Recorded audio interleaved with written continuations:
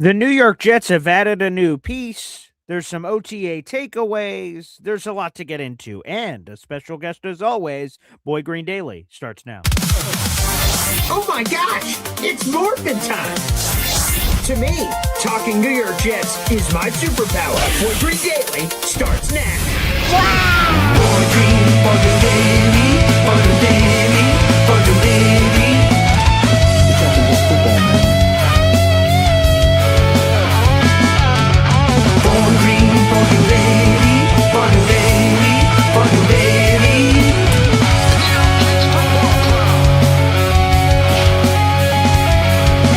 Offense, defense, special teamwork, Jets football with Boy Green.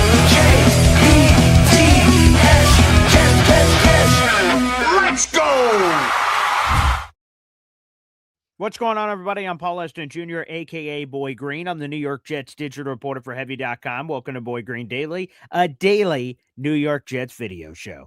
The Jets are making roster transactions. There's highlights from OTAs we'll talk about, and a lot of other interesting questions. It's a beautiful Friday. Make sure you guys like the video and hit subscribe if you're watching on YouTube. We're also streaming live on Facebook and Twitter. If you prefer that locale, feel free to take advantage, or the replay on YouTube. We also are audio only as well if you prefer that medium. That is the Believe Network, BLEAV, Spotify, Apple, Amazon, wherever you get your podcast. Without further ado, let's bring in my co-host, who is the author of this book right here, Beyond Broadway Joe, the Super Bowl team that changed football. BOB Lederer. It's so nice you have to say it twice at the end. Let's bring him in. It is the one and only Bob Lederer, baby. Well, Paul, first of all, thank you for that introduction. And you're the first person in my life that has actually spelled my name back to me. You're welcome. Check it off the bucket list, Bob. Secondly, you were 32 seconds late, so I've got to dock you. Whoa, but it was still within the 7 o'clock time. No, frame. I meant in the 6:30 my time, 7:30 your time. Oh, well, I guess your that's listeners had 32 seconds of dead air where they expected did. you to be on there and That's a good point. informing them as you do every day. That's true. That's a good point. So dock points from Gryffindor. We'll see if during the show I'll be able to make up those points once again here on the show. So why don't we start with this beautiful news, Bob, that the Jets have signed, let me check my notes here, G. Scott Jr. Who? G. Scott Jr. I feel like I'm playing bingo or something. Connor Hughes of SNY revealed this yesterday that the Jets have signed former Ohio State tight end, now transitioned to wide receiver. He's apparently lost weight, and he's ready to attempt to play wide receiver for the Jets. He's a former teammate of Garrett Wilson's. He measured in at his pro day at 6'2", 238 pounds, ran a 4.62 at his pro day. And now, like I said, he is transitioning from tight end to wide receiver. So apparently he's lost significant weight. And there it is. Actually, let me do one thing that I guess I should have done ahead of time. Let me double check what they have him listed at on the team roster. I don't know if they updated weight yet. Yeah. Let's see. They have not updated weight yet, so it's still listed at the same. But Connor Hughes says that he's lost weight, so I'm sure that Connor Hughes reporting is correct. He's 25. He'll be 26 during the 2026 season. He was a rookie last year. He went undrafted. Spent 5 years at Ohio State. Did he play? How many games did he play in last year? Yeah, 0 would be the answer to that question. He danced around on practice squads for the New England Patriots and the Washington Commanders. So he has not appeared in an NFL game yet here, Bob. But wasn't this more prevalent? And you could tell us from the book, I suppose. But like, G. Scott, the whole intrigue about him, besides a former Patriot, I guess, is that he has been flipping between positions. If his college profile is right, he actually started off as a wide receiver, then went to tight end. Now he's in the NFL. He's going back from tight end to wide receiver. So didn't that happen a lot more frequently on previous iterations of rosters where you're flipping guys all around the place, or not really? Oh, no. As Mark Smolinski talked about last week, you had to be a jack of several different trades. Yeah. So Mark was the backup fullback, a backup tight end, and he played on every one of the special teams. And he wasn't just, today you have people who just play on special teams. Although, Isaiah is I think, a very good wide receiver. I think he's a very good, dependable number 3, number 4 for us. And he had a pretty good day a couple of days ago in training camp. But most of the guys back then were just, backups in other positions who had to play on special teams, and guys like Jerry Philbin, who was an all-star defensive player, but he loved to play on special teams, and particularly on the kickoff team. He was particularly adept at freeing the ball from the return specialist. So, yeah, a little bit. There wasn't as much moving around trying to bring in a guy a week or two before a game against your next opponent in order to try to find out little secrets or tendencies or anything like that. That became much more prevalent, in later years. Do you frown upon that, Bob Lederer? No. Okay. And it sounds like this guy's, for a collegiate level, he's a big, slow wide receiver. Yes, he is. So I'll be curious to see what the Jets' fit is for him. Demand for those. Yeah, they do, Bob. There's no question about it. They do. Let's give some love real quick. I see we've got some memberships being gifted to the audience. NC Green gifting a Boy Green Coffee Club membership here on YouTube. That's beautiful. Good job, NC. Yes, thank you. And you are up to, let me see if I'm doing my math right, 11 raffle tickets so far this month. And also, this option's always available, so I appreciate the people that take advantage of it as well. You can gift just like this on YouTube, or you can utilize the Venmo and PayPal feature, which DNY for Life has. All right, he just got himself 8 raffle tickets with a $25 super chat here on the program. Absolutely marvelous. That's great news. Thank you, my pop's favorite shipmate. Let's go. Kevin James. I just got 3 things to say. God bless our troops. God bless America. And gentlemen, start your engine!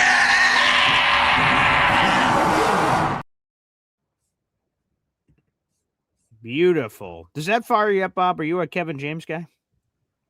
No. I'd rather you go. There's some hesitation there. Did you have to think twice? I don't. Actually, the reason I'm not crazy about that, first of all, I don't like the sound of it. But secondly, I contacted Kevin James about trying to turn my book into a movie.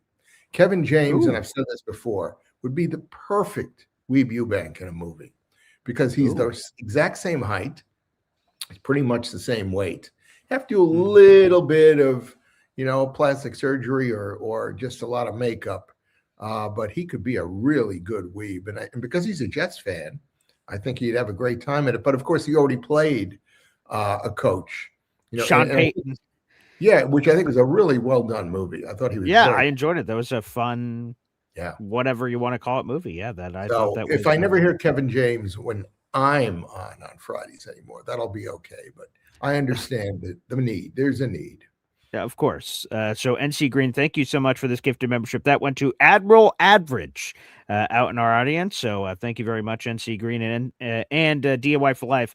Your tickets have been added to the pot here. So beautiful. So there you go. G. Scott, you have 91 players in the roster. You want to take a random shot on this guy, fine. The only thing that I have any curious eyebrow about is Connor Hughes said that he implied that the Jets had a need at wide receiver, and that's why they're making this move. And I don't see Garrett Wilson, Adonai Mitchell, Isaiah Williams, Tim Patrick. Who else am I missing? Oh, Amari Cooper Jr., obviously. So, the Jets are going to have 5 or 6 guys make the roster, and I just named 5. I think 4 of those are probably roster locks. If Omar Cooper Jr. is not going anywhere. I think Isaiah Williams is a darn good wide receiver. I do too. Yeah, he's made a few plays in OTA, and he certainly has the team made. So, no, I don't get it. All I can think is that informationally, they think maybe they can tap into something, but they play the Patriots so late in the season. And this guy was with the Patriots for like 6 months, I guess, but he was on the practice squad. You're still part of practices and stuff, but and then he finished the season with the Washington Commanders. I don't know how much you could get, if anything, on the. And am I signing this random guy to get any random information? My guess is that somebody in management or the Jets coaching staff liked this kid when he was coming out of school. Probably. And they figure, let's take a look at him. Yeah. He might get cut in a week. He probably will, to be honest with you. If they don't like what they see in practice. Hey, let's get something a little bit more scintillating here. I don't know if you saw this Garrett Wilson highlight, but let's show this up. Oh my goodness gracious! This is I'll keep replaying this. Man, these wide receivers nowadays just one-handing footballs. I saw this highlight from the New York Jets. No effort, just stick a hand out there. You know, my coaches used to yell at us if we tried to do one-handed catches. They said, "Stop with the goofy stuff. Use both of your hands, young man." So we used to get yelled at in camp about that. So I want to yell like in baseball: 2 hands, sucker, 2 hands. How good do you think Garrett Wilson can be, Bob Lederer? I think he can be old pro caliber. I don't know if he's going to be the best in the league. I mean, there's a lot of guys who have already established themselves as the creme de la creme. And that makes it harder for the guys in the slightly lower level to break into there. But he's going to have a better quarterback. In fact, I thought you were going to bring up the interview he did yesterday. Oh, yes, I did. We highlighted that on yesterday's show, and I thought there was a lot of interesting stuff in there. His comments about what he heard about his new quarterback before he met him, and then actually meeting with Gino and recognizing Gino's traits as a quarterback from a mental standpoint, I think were quite eye-opening.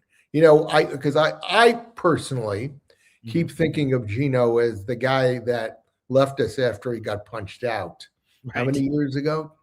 12 years ago? And well, the punch happened 11 years ago. He officially left the team after the 2016 season. Yeah. I mean, he obviously he vastly improved in Seattle after doing virtually nothing with the Giants. So he's not the same guy.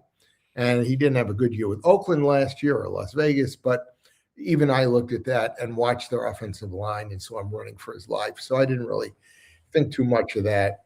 Wasn't terribly impressed when they picked him up from the Raiders, but they basically gave up nothing. Got him for a very cheap, price salary-wise. But, he's going to be vital. He's going to be the guy that's going to make, Garrett Wilson into a Pro Bowl caliber wide receiver. And from what I also hear, he loves to distribute the ball to everybody, specifically tight ends.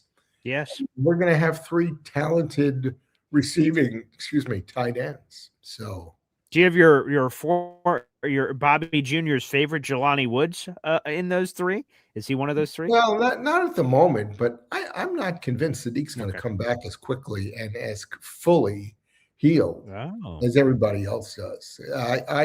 I continue to hear how tough it is, not only before you get the hernia surgery, but after you get the hernia surgery. I mean, you're out and about in a couple of days, but you can't do anything physical. You can't pick anything up, of any weight. So he's gonna miss a lot of time, although he could spend that time just learning the playbook inside and out, and that would help him immensely. And hopefully he's that kind of a character that he would want to do something like that. So that was one of my major takeaways yesterday, listening to that Garrett Wilson conversation. He says, okay, it was weird. So he missed 10 games, for those who missed it, the first 10 games missed of his NFL career. And he would go, he didn't just chill at home while he was missing these games. He was at the facilities getting rehab, and he was going into the rooms, the wide receiver rooms, and going through the process of getting ready for a game plan. And he'd walk into the room and go, wow, I'm not playing this week. That's weird. And he said, but I'm going to take advantage of this. What can I take away from this film study and all these different opportunities that will help me when I do get back? So he said it gave him a different perspective on the game of football. And that part of it, I was intrigued. So maybe Kenyon Sadiq could do the same thing being around the team. Well, surely that's what separates, good players from great players is the mental part of the game and applying it to yourself, and then watching the game and recognizing what they're able to do that they had planned on doing and what they can't do that they had planned on doing. So, there's so many aspects to playing any football, but professional football in particular, because of the talent that you're playing against on the other side. Even the worst player on the other team is a pretty good, player. Bob, I want to take a quick detour. I've got some other questions I want to ask you, but I see we have a super chat coming in here from NC Green, and I'm curious about this very same question. Let's hit it. Wow. Wow, what a mess. Yeah, it is. NC Green, $2 super chat. That gives you another raffle ticket. You're in first place in our contest, so thank you. He says, Bob, Bears staying in Chicago or Indiana. I'm hearing all the hoopla. Again, I'm over here in New York, so I'm sure in the papers and everything, you guys are hearing it every day, and radio and everything beyond. What the hell's going on? Where are the Bears going? Well, they have a solid offer from Indiana, which is just over the bridge. If you live in Chicago in downtown and there's no traffic, you can drive into Northwest Indiana in about 20 minutes. Okay, so it's a little bit like living, in the Bronx or Manhattan and going over the Washington Bridge. If there's no traffic, which is never the case, you can do it in short order. So they have a pretty good offer from Indiana, and the offer basically is that the state, which is setting up all the road work that needs to be done and getting all the approvals, and they are going to build a stadium for the Bears that will have a dome. And I believe, don't hold me exactly to this timeline, but in 15 or 20 years, the Bears can buy the stadium for $1. What? Yeah, they can buy the stadium for $1. That's how much Indiana wants to bring the Bears there. Okay. Wow. Now, nobody here is thinking about the traffic except moi.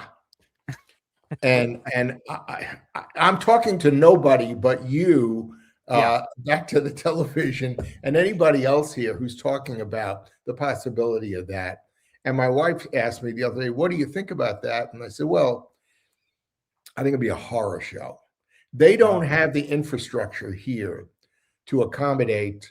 I think the stadium there is going to seat 80,000 people. To move 60 or 70,000 people, let's say it's only 50. It'll be more than that. Yeah. But they don't have the infrastructure, the roadway. They've got one big highway that can get you into Indiana. And they have a 3-lane bridge in each direction that takes you from the Chicago suburb there into Indiana itself. It would be, I keep telling people, how long it takes to get from MetLife Stadium back to Queens or Long Island, where the Jets grew up as a franchise. And I can tell you, it takes 3 to 4 hours. And I've heard this from season ticket holders. The guy that helped me with my book was he hated. What book again was that, Bob? I'm saying?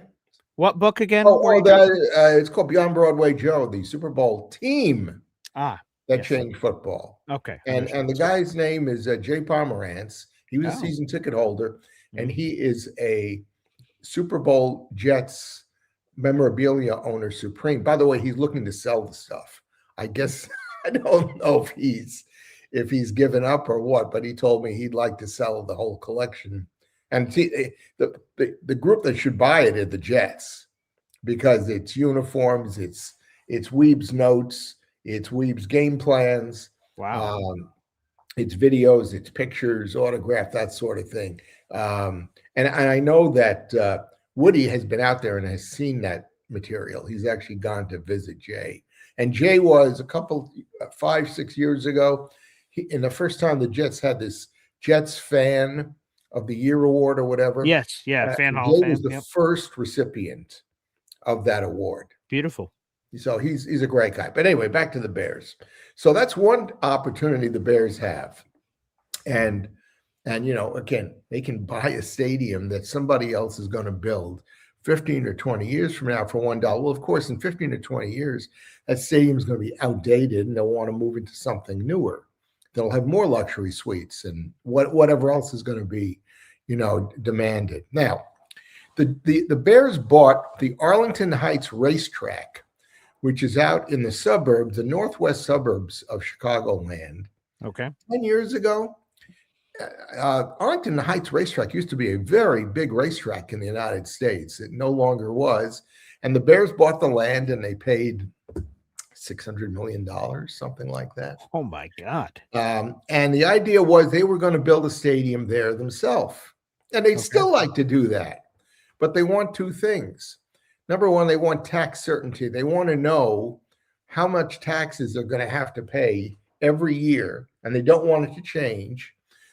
Instead of basically getting a tax bill like every other person who lives in the area gets every year or twice a year. We get a bill twice a year to pay.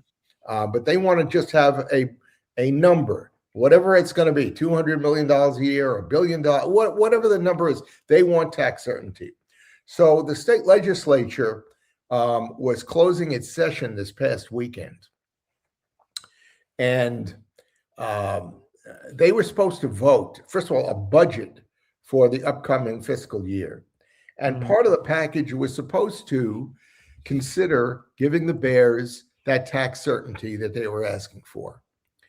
And as happens here, maybe it happens in other states, come midnight, I think it was Sunday at midnight, it was Monday technically, they stopped the clock in the legislature.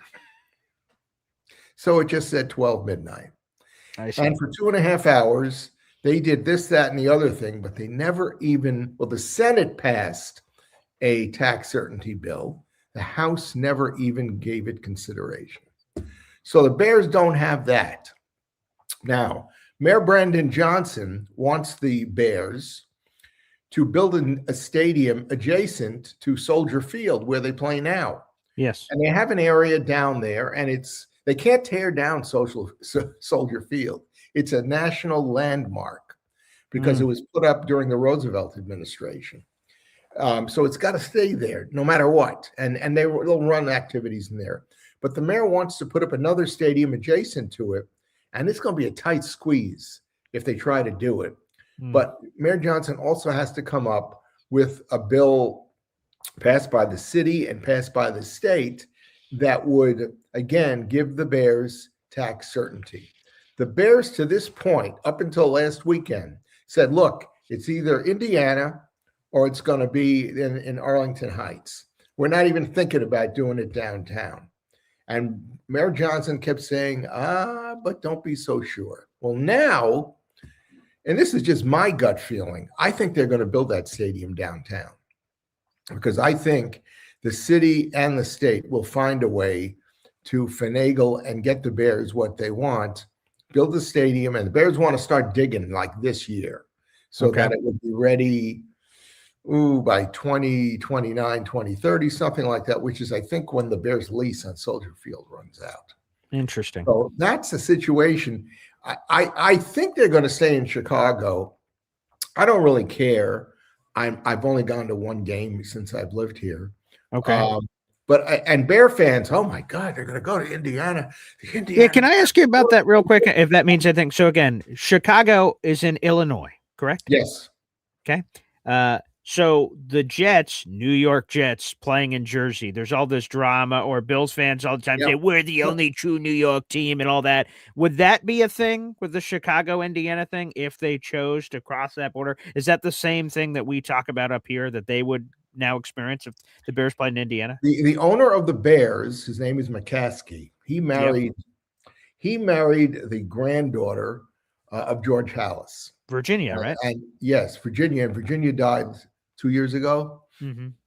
He said a couple of weeks ago, hey, the Jets and the Giants moved to New Jersey and the world didn't stop spinning. That was his way of explaining Indiana. Yeah. Bear fans are kind of apoplectic about the idea. I don't really care. That's a good word, by the way. To me, I don't think it really matters. But for Bears fans, from my perspective, you don't want to have to travel to Indiana to go to a football game. It's going to be horrific going in and getting out of there.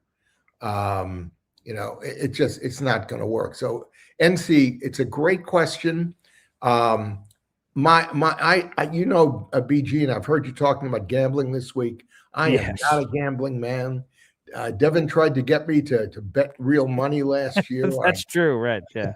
And I said, nope, I'll do a gentleman's bet with you. So I don't bet on anything. Right. But I would gentlemanly bet with anybody the Bears will end up staying in that new proposed stadium, down on the lakefront.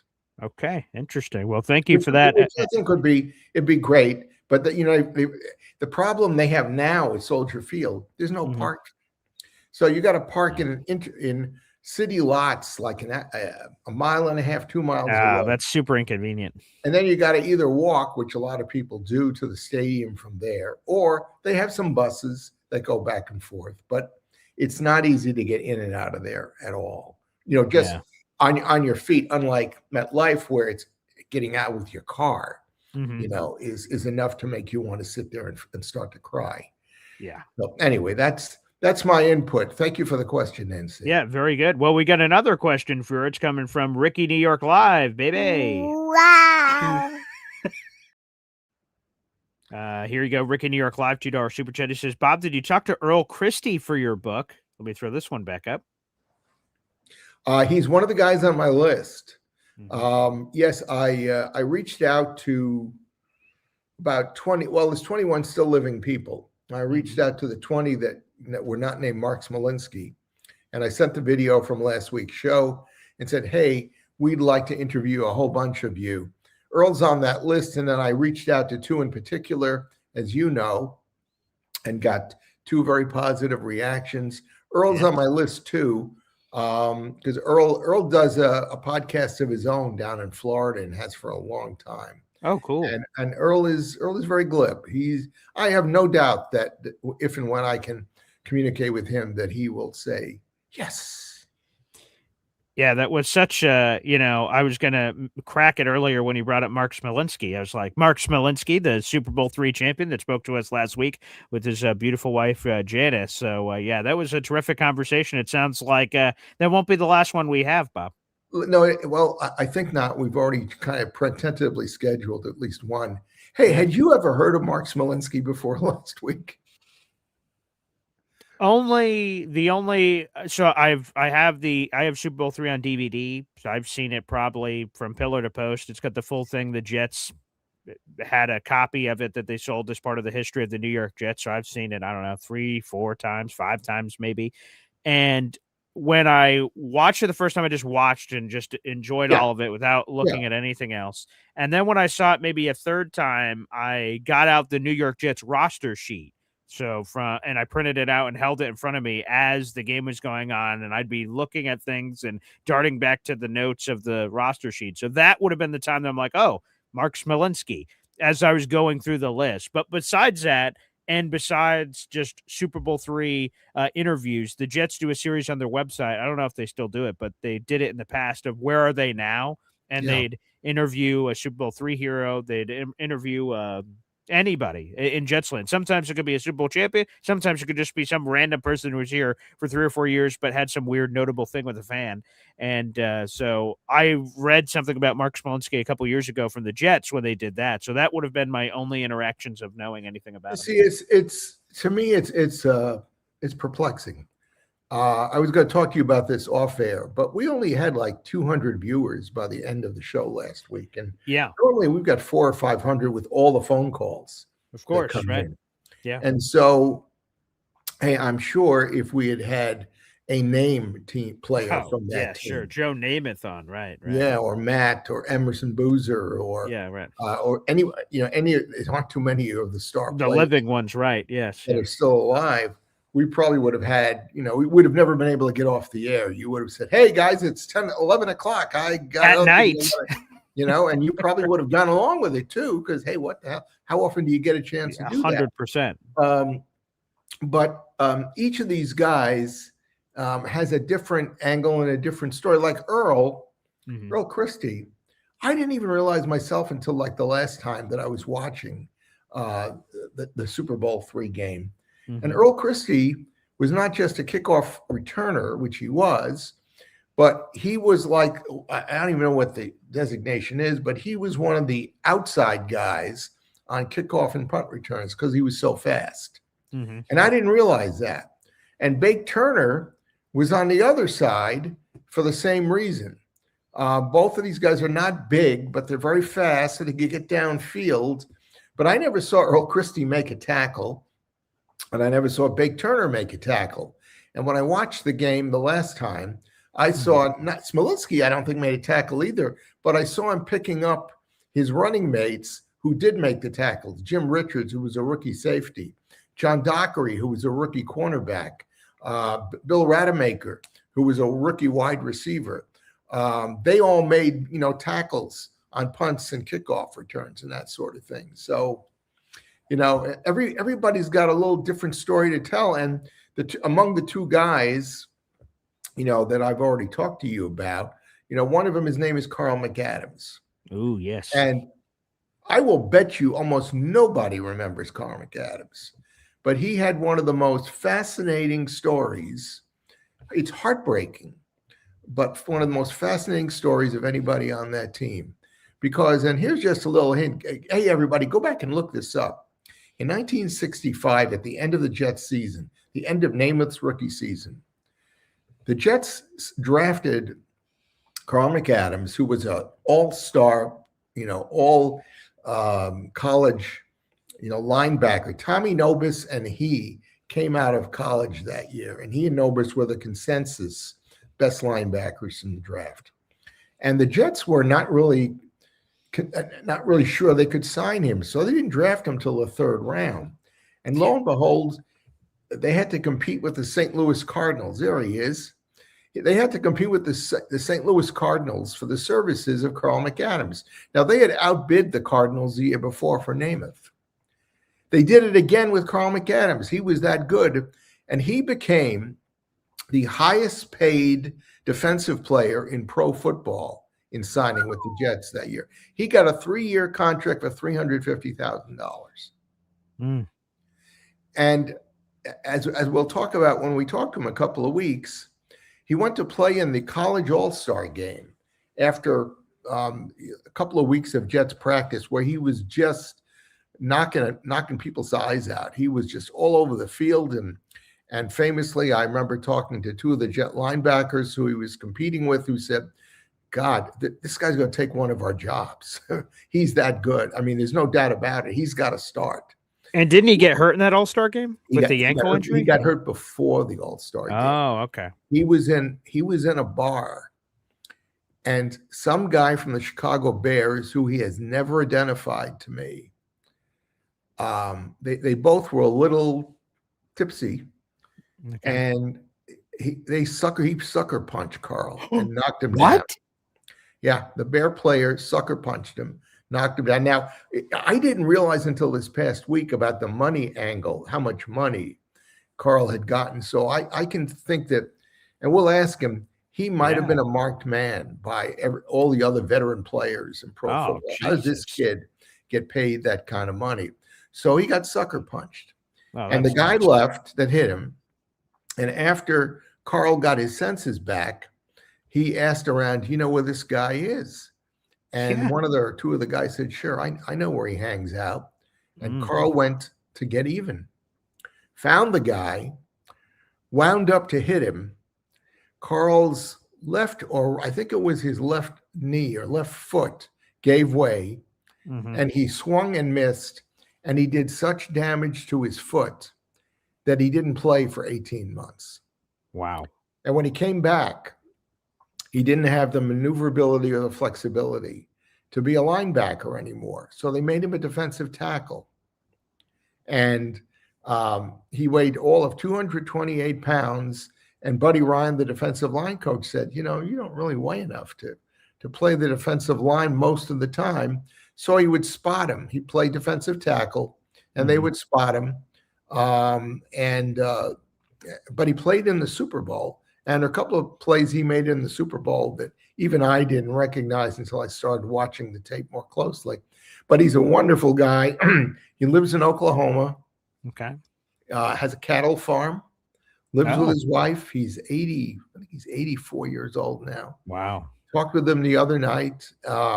Really nice guy, good guy, and remembers a lot. I can't wait. So he's going to be a great interview. But I mean, look at that guy. That guy was, he was ready to come in and be the superstar linebacker that the Jets had tried to get for themselves when they tried to sign Butkus the year before. Yes, Dick and that Butkus, is what got them to go so hard and so heavily for Carl McAdams, is that, well, we didn't get Butkus. Let's go get this guy. This guy will be our Butkus. Yeah, man, unbelievable. I can't wait for that. And I see this request. NC Green says, get Joe on the show. He wants Joe Namath on the show. Well, you better wish me a ton of good luck, because he just turned 83 last week. Yeah, well, Joe doesn't do much for nothing. And I'm not saying that as a criticism, but that's what his agent always told me. You want to talk to him? Well, he's on my bucket list of people to talk to. That would be a wonderful interview for sure. Sure. Yeah, because I just heard it on the Jets Collective. Brandon Tierney, Rich Samini, and Jake Asman each have interviewed Joe Namath at least once, if not multiple times. So, we'll see if we can make it happen, NC Green. Sure. That'd be beautiful. See if my people can reach out to his people, if I have any people. And I will reach out to his agent and see if we can do that. Okay, excellent. And a suggestion, I've heard this suggestion before, but Hop on Pop says, BG, you and Bob should do a Super Bowl III watch party as an Espresso Club item. And for the Espresso Club, for those who don't know, we have 2 YouTube membership levels here on the channel. The Coffee Club, which gives you all kinds of perks of early access to videos and things of that nature. But the Espresso Club is we do a private show at the end of the month, every month, just for those people. And it's about 40 people, give or take. And maybe in that realm where it's a private video, it doesn't go out to the public. Maybe I could get the tape from Super Bowl III. Me and you could be watching it together. We could pause it whenever you want if you have something to share, Bob. And maybe that's something we could do over the summer because, we've got it's actually 2 weeks from today is the end of mandatory minicamp for the New York Jets. And then from the 20th, basically through July 20th, it's basically a full month, and players are reporting right around that time of they'll be showing up, but there's nothing to really report outside of them showing up. We'll have a month of time. Maybe we could do it sandwich in between there, Bob, if that revs your engine. Yeah, that's something I've actually encouraged us to try to do, because I think there are a lot of interesting insights that we could talk about, from that game itself. It's not just look at what Joe did here and look what Joe did there. It's, there are moments when you can see one member of the Jets offensive line just barely stopping Bubba from getting, near Joe. And these little elements, that make the difference in the game. Yes, it could be a lot of fun. So Hop on Pop, appreciate that. Yes, we will look into that here very shortly. So, Bob, here's something I want to get to before we get to the fans is Joe Caporoso, a Jets analyst for Badlands and a lot of different places. He gave his stat predictions for Geno Smith for what he thinks he's going to do this season. I saw my take and I saw the rundown of all those. Yeah. Beautiful. Well, here it is. And the stats for those who missed it. This is what Joe Caporoso is predicting for Geno Smith in the 2026 season. Geno will start 15 of the 17 games. He will throw for 3,500 passing yards, 30 total touchdowns, 28 passing touchdowns, 2 rushing touchdowns to 12 interceptions. Bob, if this happened, your response would be what? One of the greatest quarterback seasons in Jets history. As a matter of fact, it is. I wrote an article about this. We'll play a little bit of a trivia. Did Vinny, in the big season he had with the Jets, did he surpass those numbers? Well, let's do this, Bob. All right, so 3,500 passing yards. So all of this is in a single season, of course, in Jets history. You tell me where you believe this ranks in Jets franchise history. So if Geno had 3,500 passing yards, where do you think that would rank on the list of the most passing yards by a Jets quarterback all time? 3rd or 4th? 7th. You got to give a little bit more respect to some of them. Yeah, wow. yes, 100%. That surprises me. It is 7. I'll do this. I'll pull it up so we can read through them, so people could go down memory lane here. So, yes, if Gino had 3,500 yards, which is what Joe Caporoso is predicting for the former West Virginia quarterback, it would be the 7th most in a single season. Here is the rest of the list in order, 1 through what he would be in 7. Of course, Joe Namath. He had 4,007 passing yards in 1967, the first quarterback to ever throw for over 4,000 yards, and the last Jets quarterback to ever throw for 4,000 yards. In 14 games. That is correct. 14-game season, which has to be noted. All these other guys I'm about to read, some of these guys have 16 games. Some of these guys have 17 games. It's sort of nuts. Fitzpatrick, 16 games, had 3,905 passing yards back in 2015. And he came so close. Years ago. Yeah. He did. I'm glad he didn't get it, to be honest, because that would annoy me. Fitzpatrick is just sort of a, how do I say this respectfully, a vagabond, just a like 1 year wonder. Journeyman. Yeah, 100%. He did come in 2016, but I wish he didn't. He was terrible in 2016. But yeah, 3,905 passing yards. So there's Ryan Fitzpatrick at number 2. Aaron Rodgers is number 3, had 3,897 passing yards. Wow. He also had 17 games. So take that for what you will. He padded the stats. That 17th game, he got a lot of passing yards against that crappy Dolphins team. Not a great season despite the numbers. Yeah, definitely not. Kenny O, shout out to the EZ's guy, Ken O'Brien, 3,888 passing yards. That was in 1985 for old Kenny O. I thought that O'Brien was one of the most underrated quarterbacks in Jets history. I agree. He gets a lot of hate just because he was in that 83 class. He wasn't Dan Marino. Yeah, right. Basically, and that's terrible. I feel bad for Kenny. Kenny O is someone I should try to get on the show. Yeah, too. We should try to get him on. That'd be. I'll bet you he'd come on. I'll see what I can do. Vinny Testaverde, you mentioned him, 5th on the all-time passing yards list for the Jets in a single season. He had 3,732 passing yards back in the turn of the century in 2000. He was 37 years old during that season. And then Kenny O is on the list again at 6th, 1986, 3,690 yards. And then Gino would be 7th on that list if that happened. So there you go. There's some history. Oh yeah, I mean, it would be. I think it would be considered a not only a good season, but something that might lead you to wonder, well, can they afford to not sign him beyond this season if he can play like that? Because you don't want to rush the rookie quarterback, whoever that turns out to be. Definitely not. Now, this is a fun one, Bob, that I look back in history. So 30 total touchdowns. I'm like, man, how many Jets quarterbacks possibly have 30 total touchdowns? So where do you believe the 30 total touchdowns for a quarterback ranks in Jets history if Gino was to accomplish this feat? First? No, not first. As a matter of fact, he'd be tied for third. And here is the list. I screenshotted it earlier, so let's walk through this. So I was going to say, don't tell me Al Doro. Al Doro, unbelievable. Like, so here, this is a fun sort of thing to go through. So Joe Caporoso gives us predictions on the show, and Joe sort of dresses it as, this is just a basic season. And I think Joe's underselling it. I'm like, this Gino season that he predicted that we just talked about, I don't think this is just a basic season, but maybe I live in Jets land, so I haven't seen basic season, so maybe I don't know what they look like. But this feels a little higher than basic season. But nonetheless, Jake said, wow, that would just what you said, Bob. Whoa, that'd be one of the most historic seasons. Al Doro, for those who don't know this, was the quarterback for the Titans. Yes. Al Doro like a lot of smaller quarterbacks, because he was not large. I think he was 6 feet or under. Yeah. He could run the ball as well in a scramble, as well as throw it. And all of the black and white film I've seen of him, I'd say 1 out of every 3 touchdowns that he helped him score, he ran in himself. 100%. So here's how he got himself so high on the list. So he is tied for number 1 all time in a single season of Jets history. He has 33 total touchdowns. He had 26 passing touchdowns, but 7 rushing touchdowns in the inaugural season for the New York Titans back in 1960.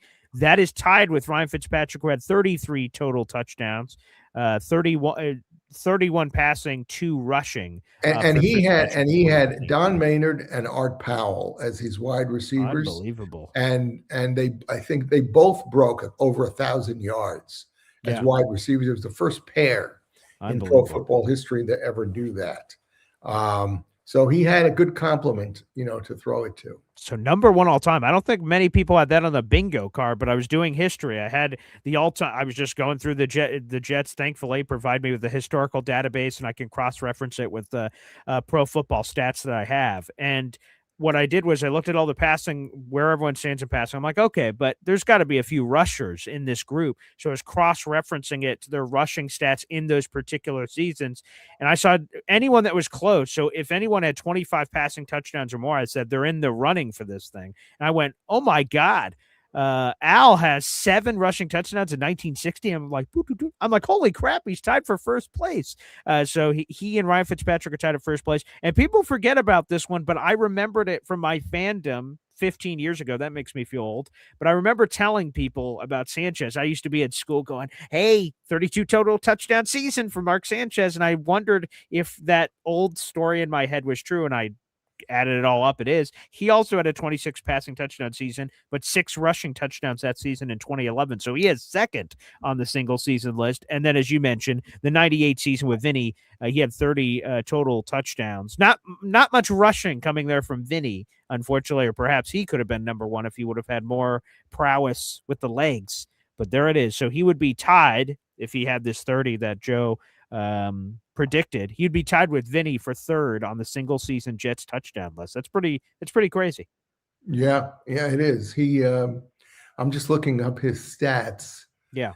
And Doro I'm talking about. Yeah. And look at the interceptions. I mean, good Lord have mercy. I mean, we just talk about a different level of football back then, or a different style. It was a very wide open league. So it was obviously a different type. He completed just barely over 50% of his passes. Like, geez, 26 touchdowns. Yep.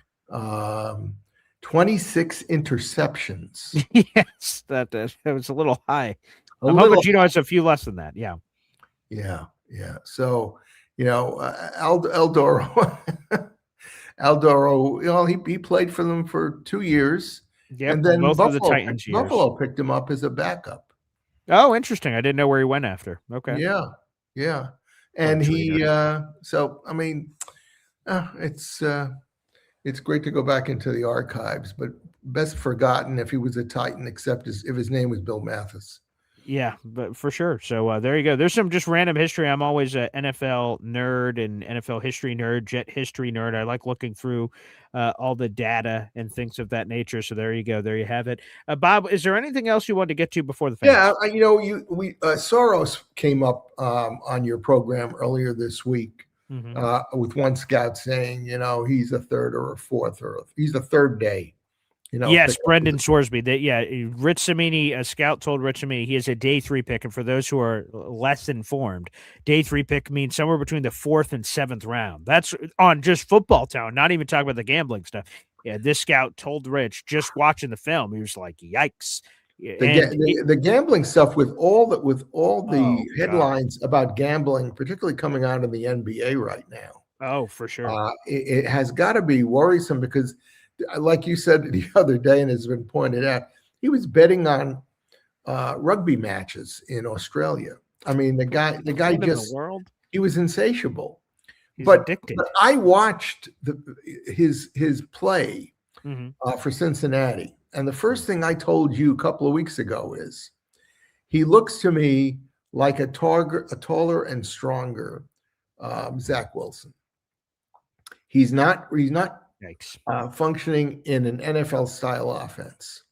He's really functioning in a run and shoot, basically, take the snap, look around, run left, run right, throw when a guy's wide open. Most of the completions I saw in his highlight package were guys who were open by 10 or 15 or more yards.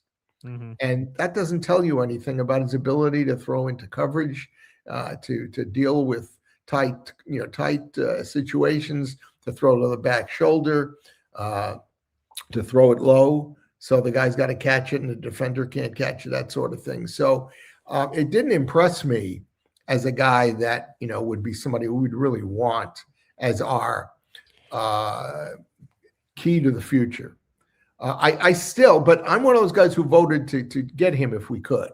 As did I initially. Yes. I voted this week in your poll. I would still try to get him like on a third day pick. So you wouldn't go higher than that. Yeah, well, who knows? Who really knows? I mean, chances are somebody, like you said, Pittsburgh or Cleveland, because I was reading that Shador is probably going to start for Cleveland this year. Really? Oh, I've heard Deshaun Watson. So okay. But the Browns are holding their nose, and they're not expecting much from Shador. And Pittsburgh, is in a lot of hurt because their best quarterback is 42 going on 43, who's going to retire this year. Mm-hmm. They drafted a quarterback who they basically said, forget everything you've ever done. We're going to work on your footwork, your arm. I can't believe that was a real how you hold the ball, where you look. I appreciate the honesty, but yeah, it makes me happy that the Jets didn't draft him because I don't know how you find a quarterback coach who is that capable. Right. And who's going to have the time? I mean, you really need to hire one guy or two guys who spend all of their time doing nothing more than working with this kid. And where does Sorsby even fit, right? So, I agree. Zach Rosenblatt a few weeks ago said on his podcast, he believes the Steelers pose the biggest threat to the Jets for Sorsby if that's who they want. And I agreed with the take at the time, but now that I've marinated on it more, you have Aaron Rodgers. Obviously, he's on the team. You just drafted the Drew Aller kid. And even if you're doing a factory reset in the back of his, programming, he's not going anywhere. You drafted Will Howard last year. Yep, Will Howard. You have Mason Rudolph on the team. Where is Sorsby fitting?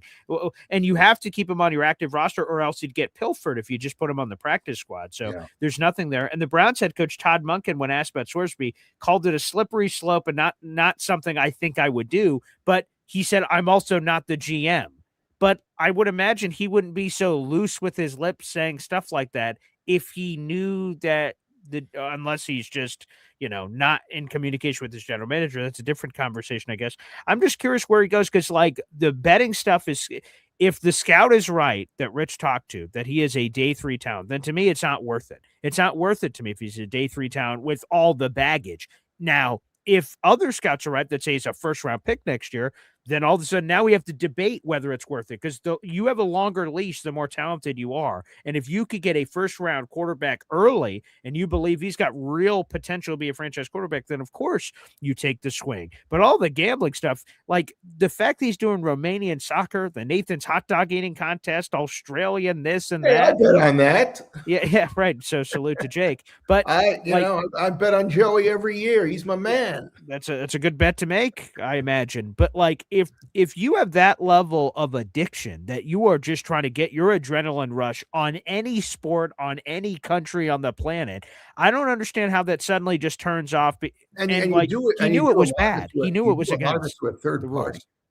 Yeah, that's even worse. So he took $50,000 out of the bank and doled it out to his friends, say, hey, bet on this for me, bet on this for me, bet on this for me. What in the world? So, and the NFL takes this stuff super seriously. People, Pete Rose, there have been people that have been banned for life from a sport for gambling. I don't know, man. That's a very dangerous. Could you imagine the distractions he'd have in New York? Of course, all the temptations that are right outside the door. Now, I get temptations on all of our phones, so you could be in Montana and you could have these temptations, but in New York, especially, there's a lot of temptations all over the place. So you just better, this is one thing I didn't know. So shout out to Rich. I didn't know these rules. This is why I try to be as open as possible to learn. So what we're trying to, Sorsby has been banned from college football, but he's trying to go through this appeal process and then we'll see where that goes. He has to apply for the supplemental draft and get approved by the NFL. If he's approved, we will have a supplemental draft at the end of July. But what Jake asked is a question I had.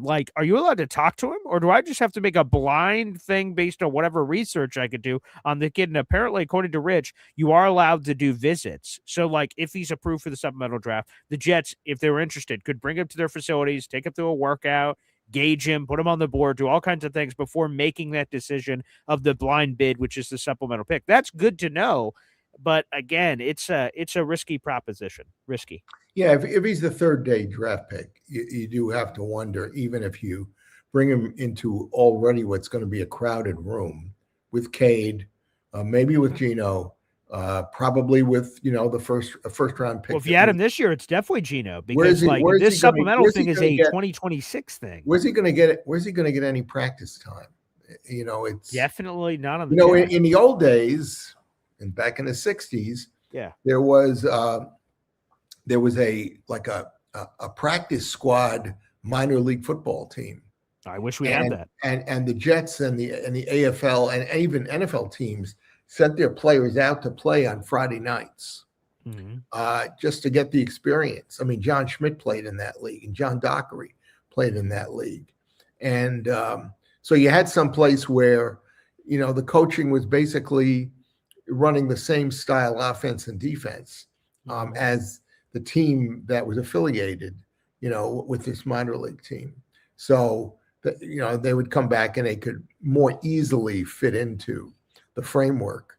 But they don't have that now. They have practice squads and they just practice against the regulars and that sort of thing. And you really don't get the time, the attention, and the quality care that these guys need. So where would a guy like Sorsby, fit in with at least three other quarterbacks already that the Jets are interested in, getting all the playing time as it is, the rookie quarterback, whoever that is next year, is going to sit back and watch a lot.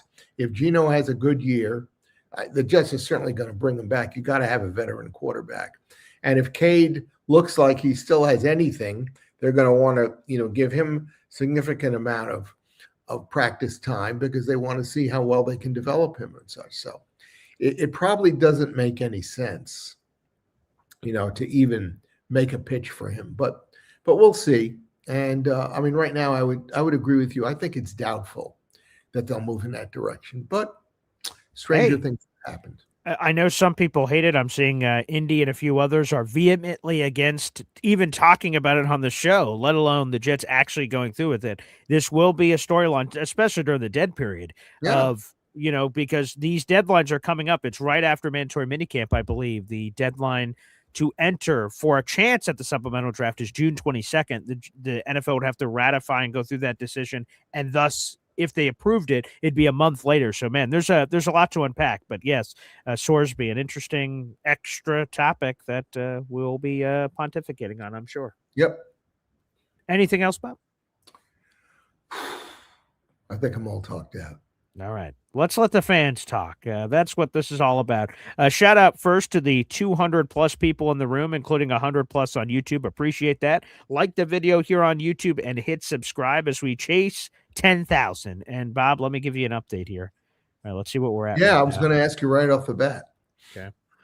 So we are at, it's popping up here, 8,664. So we had gone over 8,670 for a few, and then it dramatically dropped off. So we lost like 10 people somewhere in there for some reason or another. So we are 1,336 away, give or take, from 10,000 subscribers. So we're a little behind on that pace you wanted there, Bob. So we'll see if we can. Well, we're kind of in a dead zone. Definitely. In fact, yeah. So I talked to Mark last week after he did the interview, and I thanked him profusely for his time and everything else. And he said, Paul does this 365 days a year. He said, I'm not, as I told you, I'm not really paying that much attention to football every day anymore, but there's that much to talk about. I said, Paul does an amazing job of finding things to talk about. Thank you kindly. And these are diehards. And in fact, McAdams asked me the same thing. 365 days. And his wife, who was on the phone with him, said, God, what in the world could they be talking about? I get that literally every moment of my life. If I go to a sandwich shop and they overhear that I do Jets, they're like, oh, wow, how often? I'm like, oh, this. And I will say one more thing, although I said I was all talked out. Yeah. I am absolutely enthralled with the excitement that the Knicks have brought to New York. Come on. Yeah. Because I wanted to call into you, if not yesterday, and say, you can feel now, if you're a Knicks fan, and I know you're a Celtics fan, Paul. It's okay. We'll let you in, through the side door. Cool. But as a Knicks fan, if you feel that excitement now, that is what it was like to be a Jets fan when they went to the Super Bowl, and when they were winning and when they won. And there's nothing like it. And I'm seeing these crazy people who are, F-bombing all over the place about how much they love the Knicks and this and that and the other thing. And I'm excited. I'm a Knicks fan. I'm a big Knicks fan. Always have been.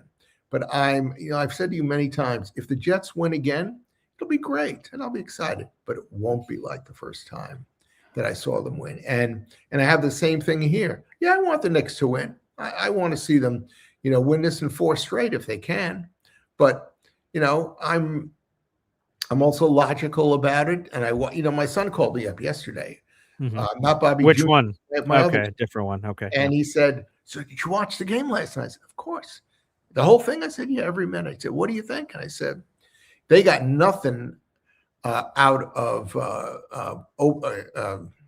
Adebayo last night. That's not going to happen in this series. He had a couple of nice threes. Tip of the cap for that. A couple. But this is a guy who averages 15, 16, 17 points and close to 10 rebounds a game. The leading rebound for the Knicks the other night was Josh Hart, who had 15 rebounds. He kept getting every defensive rebound that Cat wasn't getting. And so he was really, you can say Brunson was the key guy and the cool guy in the clutch down the stretch, but the guy who kept the Knicks in the game was Josh Hart. He was all over and he had 7 steals along with the rebounds, didn't score much, didn't have to score much. He was the difference maker. So, they got nothing from OG. And Bridges did nothing, and Bridges has been a star in the playoffs. He's not going to go through games like that again. So I think the Knicks are in great position. For all practical purposes, they stole that first game. Oh, 1,000%. The Spurs were the prohibitive favorite in the overall series and in that game. I would say if I'm a Knicks fan, I'm not. But if I was, I'm feeling pretty good that I got game 1 in any form or fashion. But that I didn't play my best, and we still got game 1. Whew, Spurs, good luck. All the pressure's on them tonight for game 2. You have to win. You have to win tonight. It is a great YouTube video that I showed my wife yesterday. Yeah, and it shows this little tiny dog, chasing this big giant Labrador retriever, and it said, Brunson takes on Wembanyama. That's what it looked like, because funny. Brunson, he shot horribly that game, but he made the shots in the clutch. He did. So it was a great performance. And again, I'm really glad for Knicks fans to feel the excitement of what it's like, to get this close and hopefully to actually win it. The New York will go berserk because it's a Knicks basketball town. Yeah, and they have not won since 73, so it's been a very long time. Not quite as long as the Jets, but it's been a very long time. So, hey, Knicks fans may not feel this way, but you're playing with house money tonight. You already stole 1 in San Antonio, and then you got 2 more in MSG after this one. Now, if you take this one, you could finish it in MSG, which is nuts to think about. But you don't want to put cart before the horse. That's what it is. Before we get to the phone lines, to see Hop on Pop sharing an update, a schedule update for what's happening. Yeah, how's Brody doing? Yeah, so we'll have the Jets Worldwide crew on tomorrow. My pop will call in during tomorrow's show, perhaps with Brody himself, who could call into the show, which would be amazing. And then Hop on Pop show will be in full flower on its own on Sunday. So it looks like we'll get a live Brody update, so we'll be able to all ask him how he's doing, hopefully, which is good. I did get to, I don't know if I shared this on the show, but when I was in New Hampshire last week with my family, I did get to talk to Brody on the phone for the first time, really, and that was very nice. I could hear him pick up when he heard that I was on the other line, and that was that warms your heart right there. So Brody's continuing to fight, and that's all we can hope for. So I appreciate our continued well wishes for his recovery. Thank you very much. All right, everybody, we'll take a quick half time out. We got more coming up after this. 1, 2, 3. Whoa!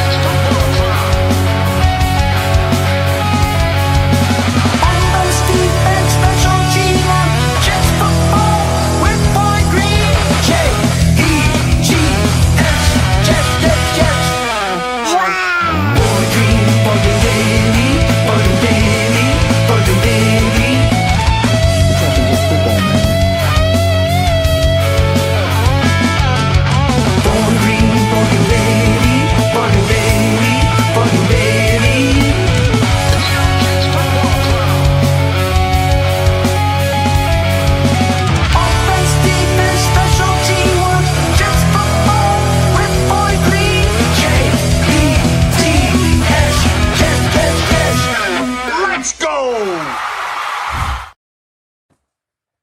Hi, everybody, I'm Paul Esden Jr., a.k.a. Boy Green. Welcome back to Boy Green Daily, a daily New York Jets video show, also available wherever you get your podcasts. It's a beautiful Friday. I'm here with my co-host extraordinaire. That is Bob Lederer. He is the author of this book I'm throwing up on the screen. There's Beyond Broadway Joe, the Super Bowl team that changed football. For audio-only listeners, you guys could get the audio version of the book if you prefer, or the physical copy, wherever you get your books, including Amazon. Make sure you guys go find them, hunt them down. I got a copy behind me, and we'll also be adding a copy to a future raffle, so an autograph copy. So keep that in mind. Yeah, and if any of you would like to get an autographed copy, just if you buy the book, and Paul can tell you how to get it to me, I will sign it and forward it to you. There you go. Would be amazing. The phone lines are open. Before we get to the phone lines, I'll highlight all the raffle money that you guys been sending in with memberships and Venmo and super chats and everything.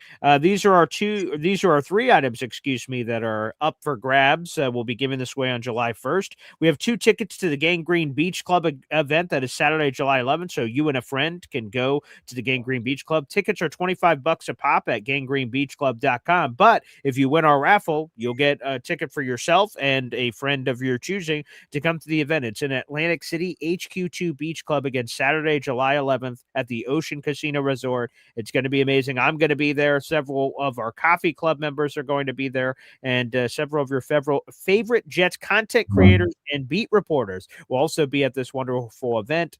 Doors open at 12 on Saturday, July 11th. They close at 6. 21 and over, no jeans, no open-toed shoes, but it is a beach club, so tank top, shorts, anything of that nature that you'd like to wear, feel free to do so. It's going to be a great time. So one of our prizes is 2 tickets to that event, which is a $50 value, which is terrific. And 2 items I got from Pittsburgh when I was at the draft, which was a cool moment I'm sure I'll remember for the rest of my life. A rally towel from the draft that I was waving above my head that says the pick is in all caps with the 2026 NFL draft logo on it while we're screaming for Jets picks.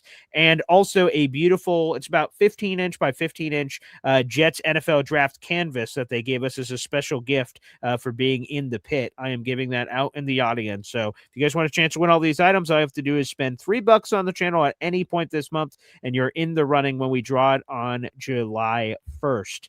The more raffle tickets you have, the better your odds are. So good luck. May the odds ever be in your favor out there in the audience. All right, kick us off here, Bob. And now, here's Hep. There he Hey, goes, fellas, how's it HBP. going? Hey, Hep, I want to just tell you, I am so impressed with your musical capabilities on that job that you did for the intro and such. And I hear McCartney is still looking for a guitarist. So, Oh well, you know. yeah, I think you're not too old for that. No, I'll probably fit in his in his wheelhouse. I'm not that. I'm pretty. Not You too far probably away. know a lot of his songs too, so you wouldn't have to learn anything from scratch. Bob, you don't even know how many songs I know from that guy. Can't forget it. I was in a By the way, Beatles again, tribute band in my Vegas. as I said last week, my apologies to your alter ego, Hef. Oh, my Hef. I don't yeah. want to give any attention to. It's you. Hef You're there. the guy. Yeah. Thanks. So, Bob, first I wanted to give you your flowers for getting the what we had last week. March That was 24th. awesome. Yeah, that was a great one. I was going to ask you, and I want to ask everybody that we have on as a guest today. Did you really enjoy that? Because, Yeah. as I said to Paul, we didn't have the size audience that we normally do on YouTube. Yeah, you can't tell sometimes with that because sometimes it's a weird time of season. People are in and out. But it was really great. Mrs. Hep really liked it a lot. She got a kick out of Janice, and she was like, "Man, she looks great. She, how old she is and stuff." And, All the wives that I've talked to of these players that I'm trying to bring on are like that. wow. They really, first of all, they're the technical people. They're the right. people who get okay, Key we gotta piece. get on Key Google piece. Chrome and we have to go to this link and whatever. They're the ones who Exactly. make it. They're the ones who make it happen. Yeah. If you do talk to Joe's agent, find out how much it would cost, even for like 20 minutes, a half hour slot. You want to chip in 25 seconds, 25 cents or something? I don't know. We'll find out what it costs. If it's it in the was, wheel- to Hep's point, if it was, I don't know. I don't know. I have not asked Jake or Rich or anybody if they've paid any money. I would assume not. It would be my gut. For most of these, again, it's very special when you get a paid thing. That's if you're doing a regular thing or something that's like a cameo is like a for those who know about that, like they're wishing you a happy birthday or something. that I've not thing's heard really of many people that pay for an interview, but if there was some amount and it was somewhat reasonable, the Boy Green Coffee Club may all chip in for that conversation for like 30 minutes or 40 minutes or something. It might be worth it. We'll find out if it's not crazy money, you Right. know. Right. If you don't ask and he doesn't say, sure, we'll set that up right now. And if he's my only inhibition about that, okay, when you pay a guy like that for their time, I'm Sure. not sure what you're going to get from them that hasn't been readily available before. I mean, like previous interviews you're talking about? Yeah, well, just I think he'd go through the standard. Well, I'll tell you what happened. Everything that, frankly, I have heard, and most if you're a serious Jet fan and have heard the interviews he's done over the years, basically you'd hear the same stuff again.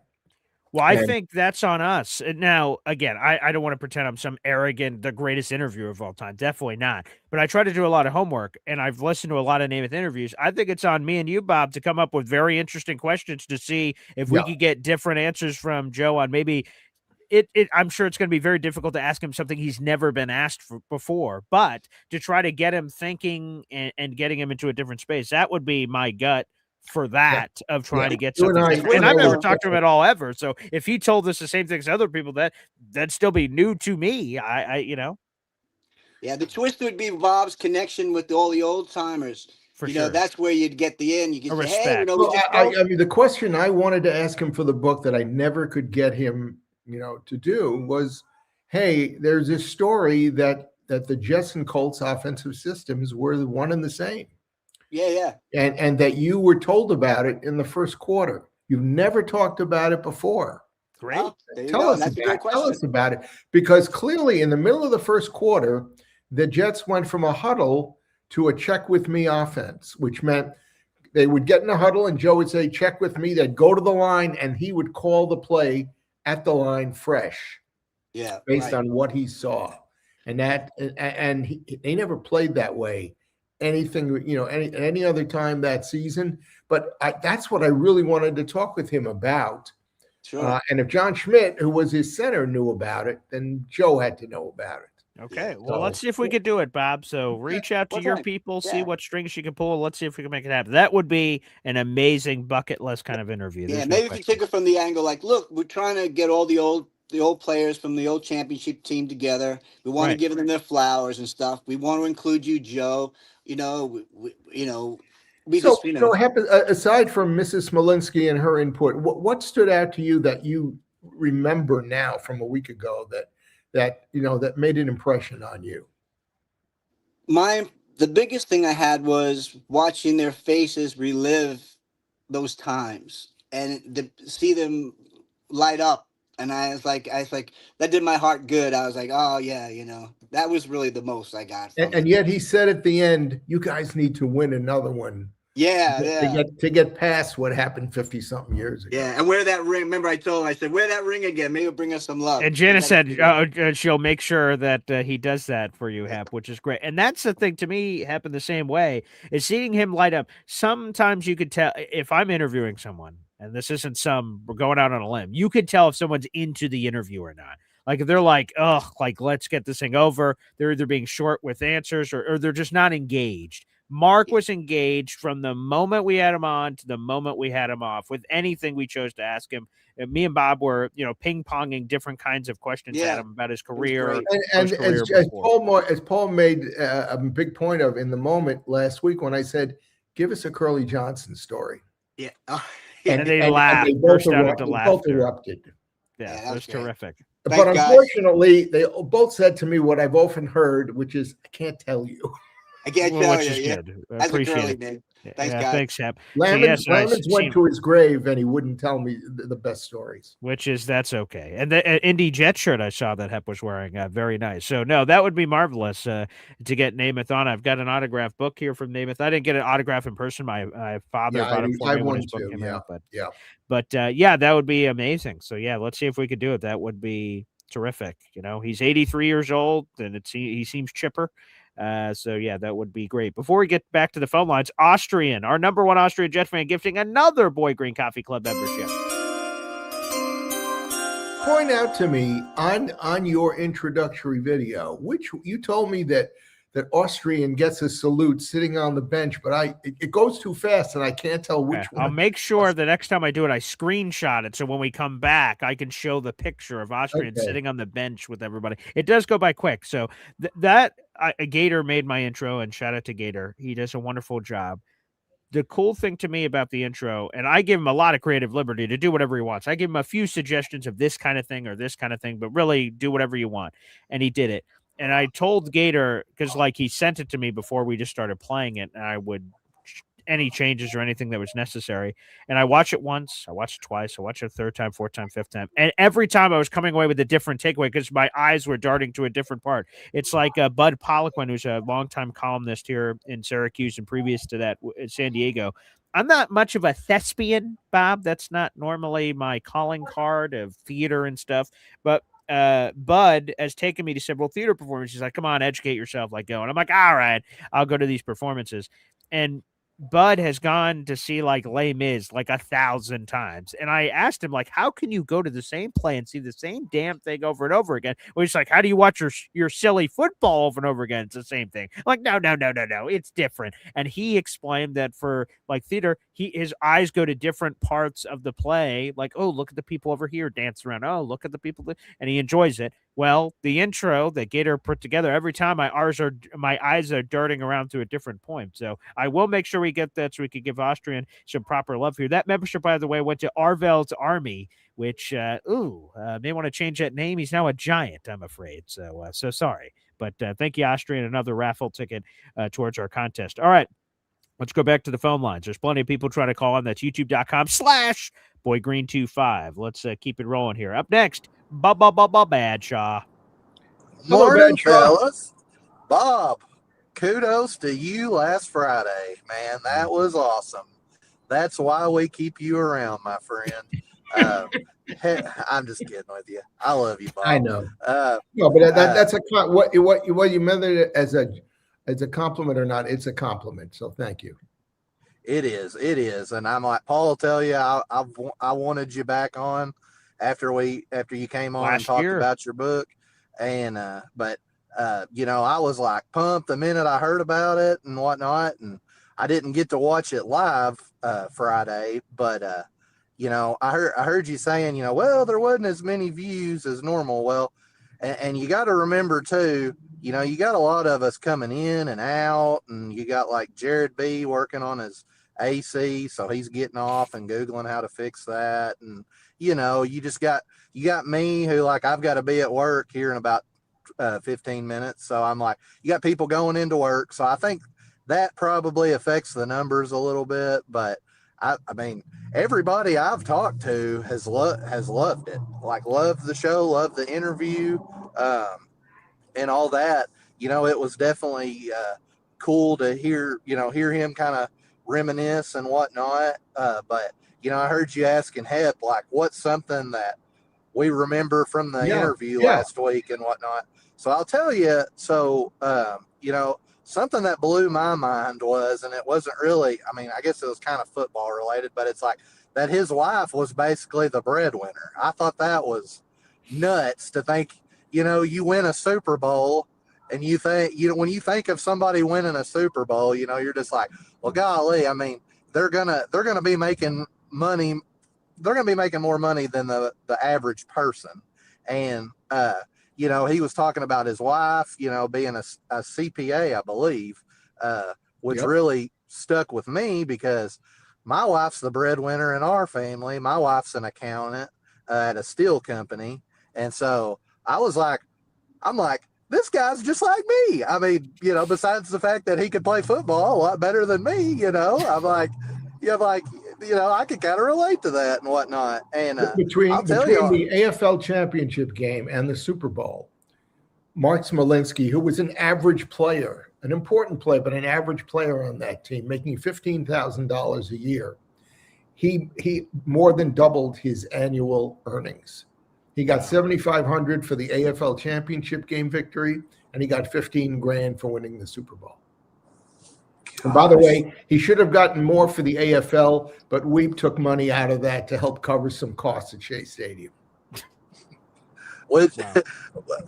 we're most, I know there was something kind of said about that with Weeb kind of being tight, but I figure most of the coaches back then were kind of that way. It was just a Nah, different. nobody was like Weeb. Oh, I mean, okay. other franchises didn't spend that much money, but for instance, Buffalo's owner Ralph Wilson was very wealthy. I think he made his money in real estate. He was very wealthy, but he was careful how he spent it. San Diego was owned by Barron Hilton. That tells you how much money they had to spend. Lamar Hunt, an oil man and a silver guy, owned Kansas City. So it tells you how much he had to spend, and he did. But Oakland's owner had no money. Denver's owner had no money. The Patriots owner had no money. Their top signings every year in Boston, they would sign guys from Boston College and BU and Northeastern. That was their draft pick choices. Well, I want to give you a shout out because you asked a really awesome question. You were asking him about catching passes from Joe Namath and Johnny Unitas. Yeah, I loved it. I loved that you asked that, and whatnot. Because I wasn't really thinking about it. I'd heard him say, he had been with the Baltimore Colts and whatnot, but I was like, Johnny Unitas, people, especially people my age, Johnny Unitas was like the Joe Montana, the Tom Brady of that era, He was the guy.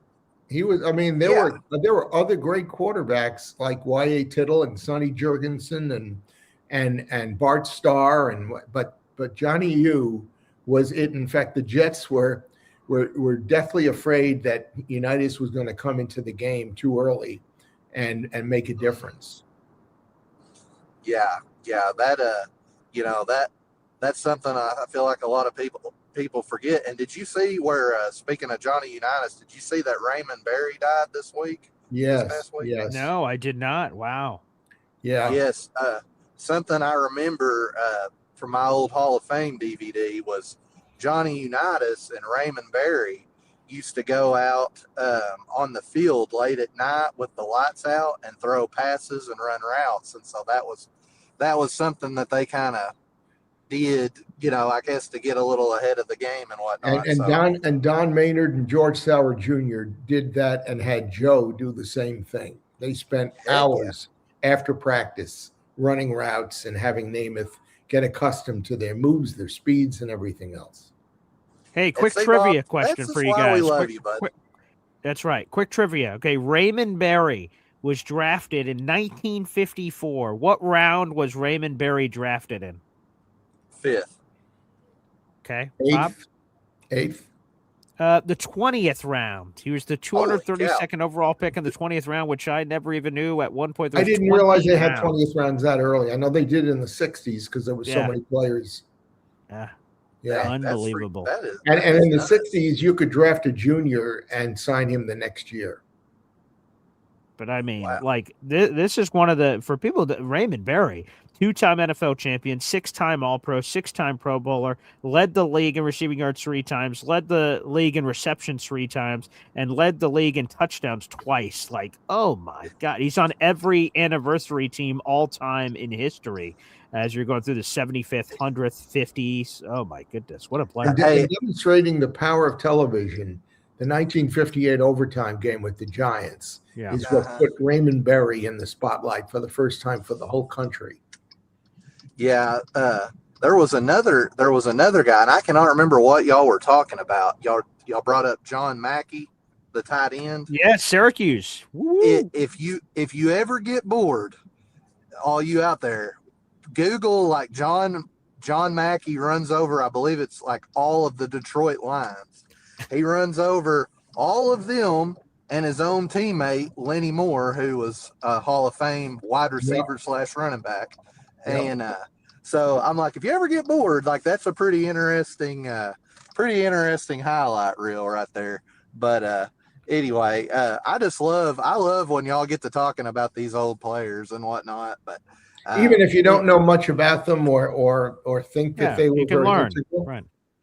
Also, Badshot, I saw the pool opened at your house, but no invite for me and Bob. I see. Interesting.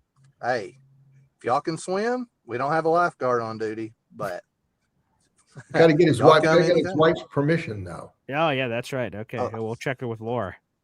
Oh yeah, Laura will hook us up, make some burgers. I bet she'd put you Nice. an egg on that burger too.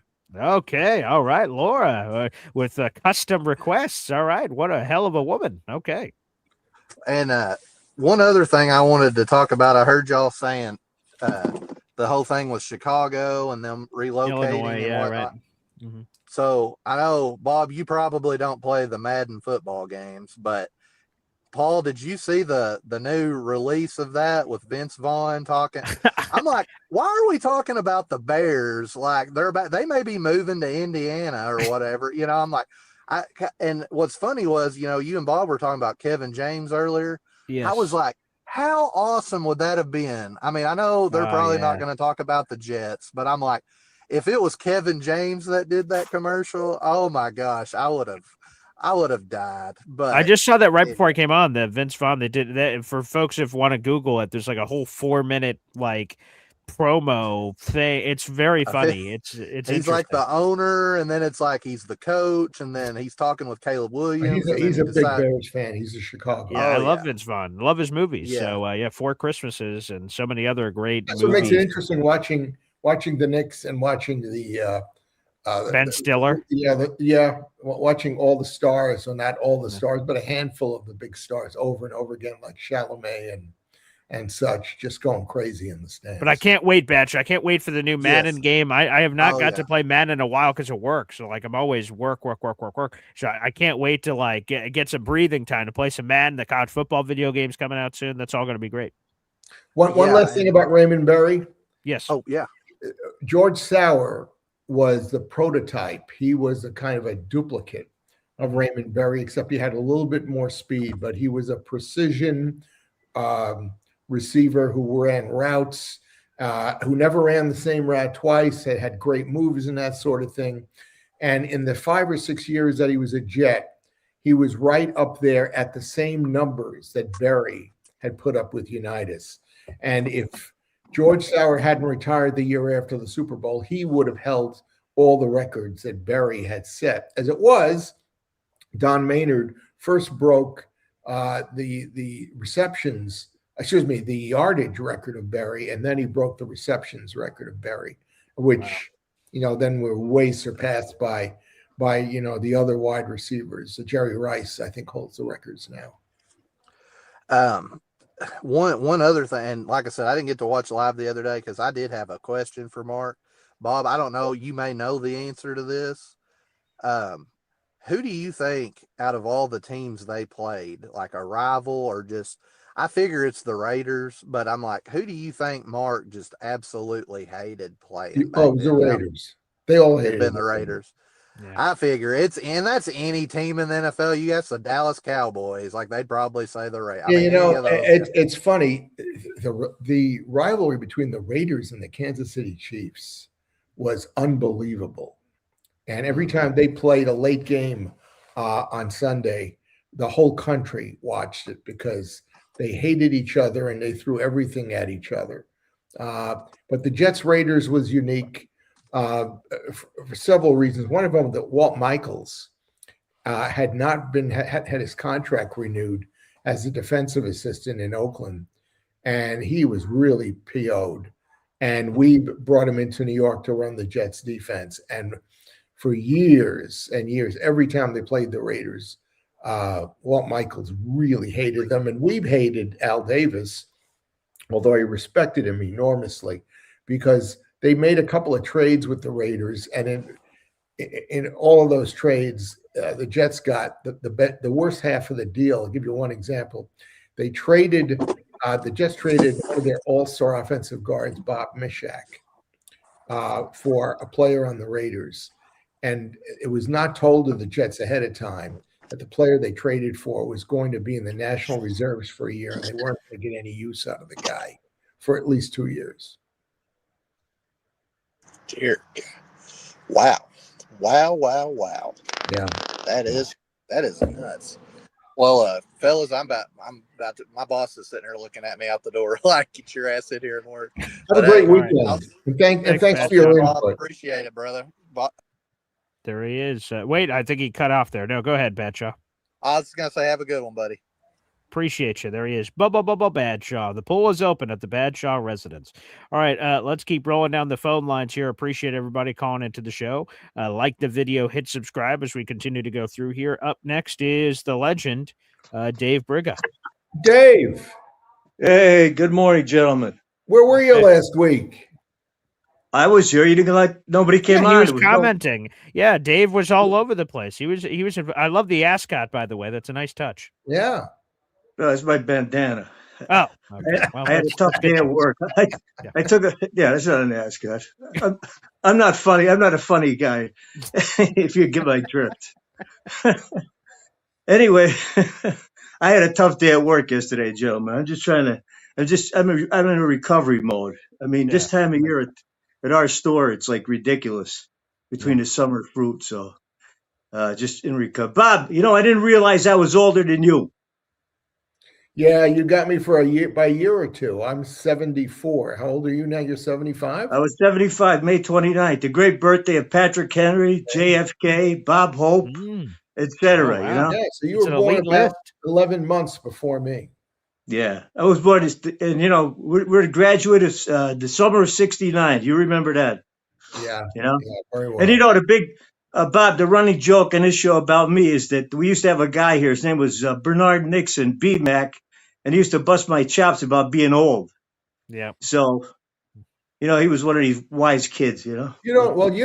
We got rid of him. We got rid of him. Yeah, we tossed him out. Dave, you don't look 75 or even close to it. Well, that's because I work hard, because I keep going, because I keep the rust out of my system. The Lord has given me strength. So, but it's getting tougher each year. The recovery periods. But Bob, listen, I've been a Jets fan 66 years, and that goes back to, when Joe Willie came in the AFL days. I was a total AFL guy. When they had that merger, I wasn't satisfied. When it come up to when we used to play those games, those games against the NFL, there was, it was blood and guts, just like the Raiders. And that was in preseason where the starters played against the starters. Yeah. Yeah. I just, where I live here, right? It's equidistant, 125 miles away from New York and 125 miles away from Philadelphia. So we have every kind of fan here. This is a great sports country where I live, northeastern Pennsylvania. And a matter of fact, speaking about Walt Michaels, he grew up down the road about not even 20 miles from me in Swarsville, Pennsylvania with Lou. So we had great players. Mike Munchak came out of my high school, all pro, So we're sports guys.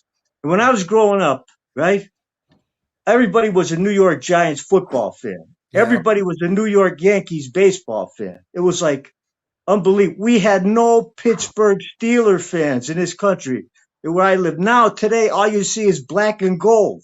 When I was, we had a lot of Jets fans here because we used to get the feeds. The Jets were our team, locally from the AFL. Buffalo was the next one. So you actually had to put. We used to use those old antennas on the roof to get our signal. Yeah, Bob probably remember. The young guys probably don't remember that. It looks like one of these little things if you got the internet. I went to school in Stony Brook on the island, and I could watch the Jet home games because we would pick up the signal from New Haven. Yeah. So it was really when we were following a team like that, I mean, you were sold out to these teams because, and especially in those days, when I used to come against these New York Giant fans, that we're going to kick your, this and that. But, the guys really in that era, they really cared. And the team stuck together. Like today, we had no free agents then. You remember, Bob. There was just like this beginning Steeler teams. They stuck together for years because nobody was a free agent until that broke. Who was the first? 94, 95, I believe, was the first free agency. Yeah. So right around there. Yeah. You grew up. These guys were your life. If you followed, not your life, but in sports life, that's you knew the guys used to. There was no internet. If there was a draft, I could take out old stuff. We used to take the newspaper and cut the things out. I showed Jake a couple of weeks ago. So, Bob, when it went to let me ask you a question. when the NFL, what did you think of the merger? Did you like that? I know we know it was for money. No, I didn't. I'll tell you why I didn't like the merger, because it went from the AFL draft where you took a pick every 10th pick, 11th pick, to you got a pick after every like 27th pick. And I knew it was going to dilute the talent that the Jets could get. And it was no longer, as I've explained before, if Denver drafted Butkus, which they did, and they couldn't sign him, other teams in the AFL could try to sign him and just provide compensation. And that went out the window. So I knew that was going to materially affect the Jets, and it did. Their draft, the first year of the common draft, was horrible. Even though all the rookies, in 66 made the team in 67 and played great special teams.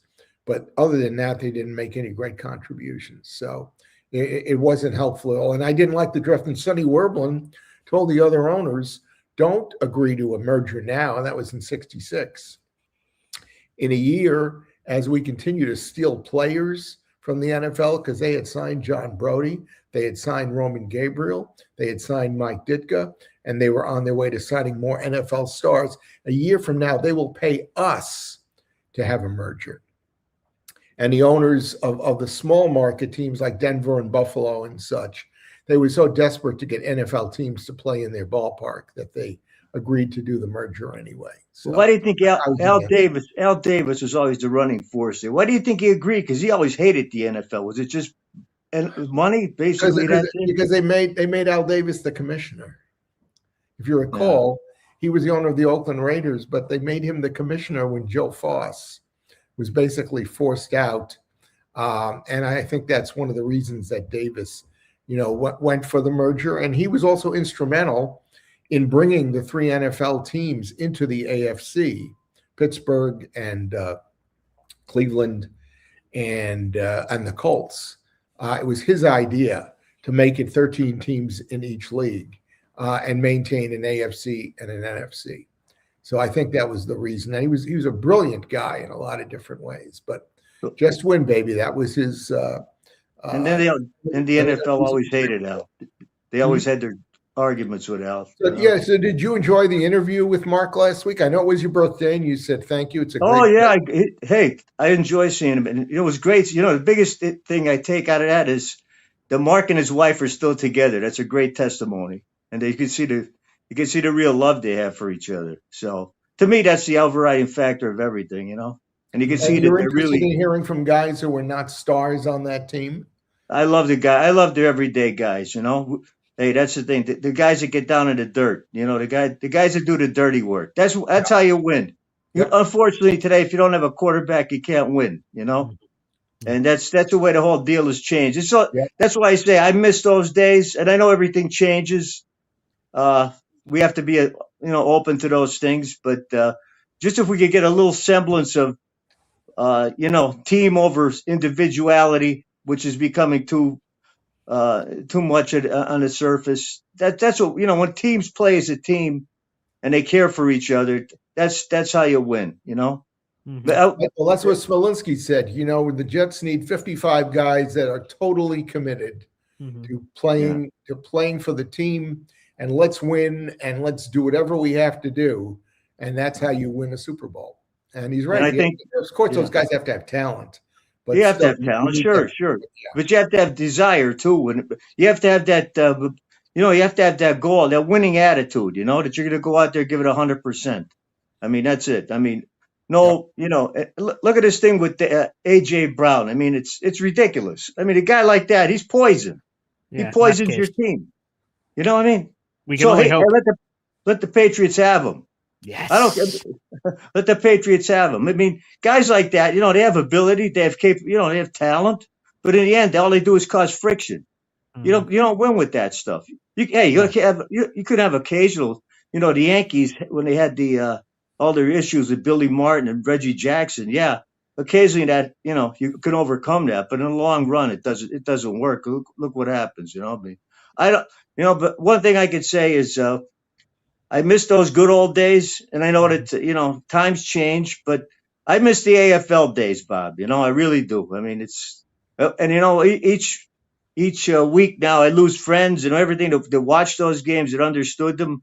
I remember watching, just sitting down in front of the TV as a teenager and just being totally, mesmerized by the way the guys used to play. I mean, it was and a part of we really didn't know going into Super Bowls 1 through 4 what was going to happen because they didn't play each other in the regular season.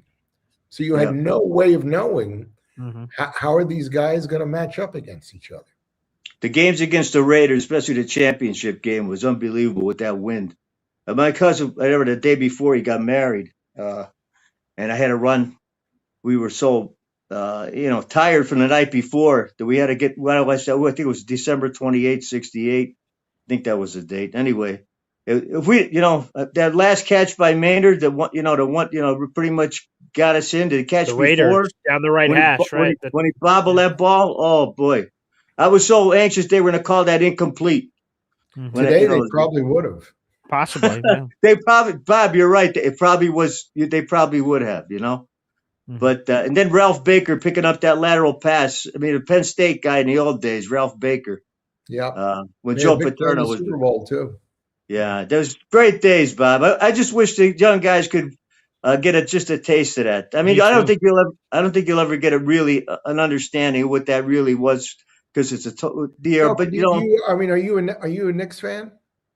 No. I used to like the last time I followed NBA was the Detroit Bad Boys, because there you go, the original Bad Boys. All right, that's great. You don't understand what kind of guy I am. I can't 3-pointers and no defense. That's not for me. It's not the same game. Yeah, definitely. Yeah, I'm kind of sorry on the NBA for the same reason, but I'm excited for the Knicks. Well, Bob, you know what I am though, and it's a totally opposite. I'm a Phillies fan. I was actually a Phillies fan. I became a Phillies fan the year after the Mets came into inception. Wow. And you took Richie Allen, our guy, not Richie, Richie Ashburn. Richie Ashburn you took him from us. Best player on the team in '62. Yeah. So, I could care less about the Mets, but I'm a Phillies fan. So that's my Phillies, Mets, and I'm Phillies, Jets, and I'm a Boston Bruins fan. I grew up with. I'm sorry the Mets haven't played the Phillies earlier in the season, but no, I'm glad they haven't because the Mets have been so bad. I don't want to play when the Phillies. Well, they both haven't been good. The Phillies can't hit. They can't hit. The pitching is unbelievable. Yeah. But hey, baseball's a different game too. Everything's changed. Everything's changed, Bob. Dave, I hope you have a great weekend. Thanks for calling in. Okay, God bless you guys. There he is, Dave Briga, and confirmed not wearing an ascot. I'm glad we were able to clear that up. All right, let's keep the phone lines rolling here. Plenty of people want to get involved. C is up next. What's up, C? Hey, how you doing, Bob? How you doing, Paul? Hey, Carl Marlowe, man with a Jets tattoo. How are you? I just took my ascot off. Sorry. Okay. Oh, that's too bad. That would have been a great style with that tank top. We were talking about before, what would you ask Joe Namath? Yeah. I'd ask him if he ever got to kiss Susie Kobler. No. I'm sure he'd love that question. And that would be the end of the interview. That would be. Yes, it would. I know. He would drop off right then and there. Yeah. It's like you guys were talking before about Sorsby. You know what is a big problem in this country, and it's getting worse? Gambling. Mm. Gambling. You can't get away from gambling. Look, you guys, sports, and every NFL commercial has, sports betting apps crawl under it, Oh yeah. Right. And then you got young kids. This is who they pull in, young, college kids and stuff like that. Yeah.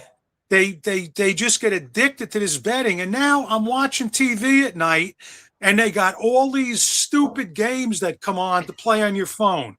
Yeah. And everybody that they interview is winning money. Nobody loses money. They all win money. Mm-hmm. And it's like, how stupid are people? Do they think casinos and all these businesses are in business because they lose money? People tell you all the time, I went here, I went there, I won $1,000. if everybody won $1,000, these people wouldn't be in business anymore. So I think gambling is did you guys ever watch TV and see all those scrolling commercials about Tang Luck and all of that shit about on your phone? Yeah. It's ridiculous. It's and young kids are getting, of course, they're impressionable. Of course, definitely. Yeah, so they're probably using their parents' credit card to bet. Anyway, I grew up, and my dad, I don't know, he just always talked about how he was against gambling, and he's told me, I don't bet. Yeah, I don't either, and he told me over and over again, you know who gambles? People who can't afford to be gambling. They used to when I lived in Florida, they used to have bus loads. They used to go to all the senior citizen places and take them all down to the casinos to lose their Social Security checks. Or to Highlight. People go to Highlight. Or Highlight. You're right. And Highlight's fixed too. I used to go to Highlight games when I lived in Florida. But yes, you are right. Everything's fixed. Everything's fixed. And you know what?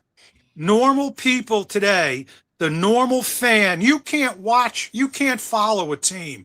You can't watch a football game unless you got Netflix, Prime, Amazon, you got Sling, CBS, Fox, and then if you don't have all that, you got to get NFL ticket. Yes. And it costs you can't be the fan of a team and watch 17 games unless you want to, it's all about money. Mm-hmm. It's all about money. And I get pissed off because you know what? This country is nothing but about money.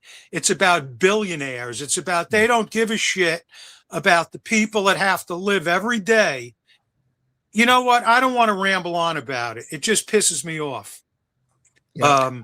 I do think I think you guys should both change your stance on betting, because you know what? You should bet on yourself. That's what Look, you know what? If I had to make this money right here, I'm not going to take a chance on giving it to you to make more money. I know this money's still going to be here. That's true. And if I give it to you, it might not. That's a good point. And money's important to me because I don't have a lot of it, but I have enough of it. Yeah. And that's another thing with contracts today. Yeah. These contracts are getting ridiculous. And you know what? This guy signs a contract. It's generational. They don't care about themselves anymore. They care about making their family millionaires forever. The owners wouldn't give them the money if they couldn't afford it. But that's the problem, Bob. You have that certain amount of people out of billionaires that control most of the money. But anyway, who can afford, or who wants to be a fan of a team that doesn't have the financial? No, but you're right. But that's the system today. That's the way it is. We can't do anything about it. Dave Brigger was saying, like, I remember when football players used to have jobs in the off season. Sure. That's what Mark Smolinski said last week. He said, "Hey man, that wasn't enough. I had to have another job to pay the bills." He was teaching, right? His substitute teacher. Yeah. And now it starts in college because they're already millionaires when they come into the NFL. But you know what? 15 million's not enough. When you see a guy that signs a contract for, $125 million, and the other guy said, well, he got 125, I want 126. Yes. I always had the mindset is, how much do you need? What do you need? I need this much to live, to be comfortable. That's all I need. I'm satisfied. I'm happy. That's the way it should be. Hey, Carl, you're an OG like me. I'm going to be 72. Yeah, did you watch the Smolinski interview or any part of it, and did you get anything out of it? I watched a little bit of it, Bob, but I've had kind of a rough week this week. I had a lot of stuff going on. I went yesterday and got my injections, right?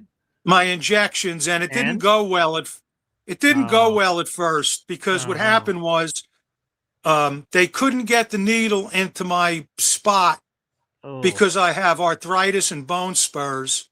So they were trying to get it in, and she said to me, I can't get the medicine in. And I said, so I'm laying here all this time and you can't get medicine in? So she said, let me try the other side. And she said, it's really tight.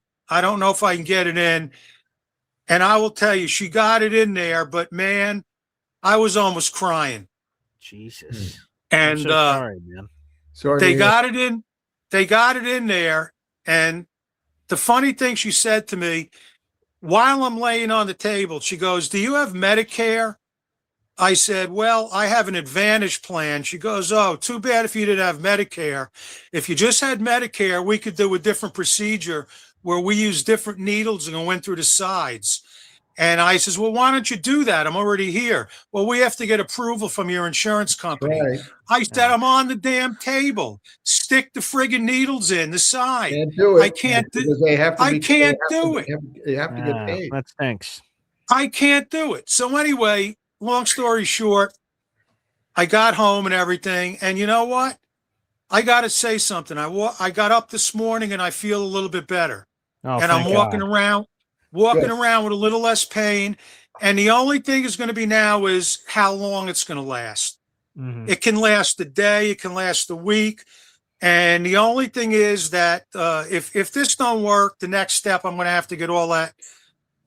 I don't want to know what I'm going to have to get done after this. But Hey, I'm just looking at it like this. Feel better. I feel good today, and that's all I'm worrying about. 100%. I got my granddaughter's high school graduation today. Awesome. And we go out to dinner tonight. Thank you. We go out to dinner tonight, party tomorrow. And you know what? That's what you have to enjoy. You can't think about what's going to happen a year down the road. Mm-hmm. Anyway, listen, I hope Joe Namath got to kiss Susie Kovler. You know, Susie Kovler, I would have kissed her at that point. She was pretty hot. I don't think. Yeah, sure. Susie's a beautiful woman. Yes, of course. Yeah. And if you want me to talk to Joe, okay. I think Joe, I feel like I have a little bit of a relationship because he signed that helmet for me in the deli. Yes, right. Public. So he might want to talk to me. Give it a shot. Okay. All right. I will. I'm going to go stand in. I'll go down to Florida, stand in the Publix deli, and eventually he'll come in for bologna. Okay, that's a good plan. See, I can't wait to see the tailgate, brother. Does anybody eat bologna anymore? I don't. I'm not a bologna guy. But all right, I was gonna bring bologna to the tailgate. Yeah. Anyway, listen, guy, but have a good weekend, Bob. It was good seeing you.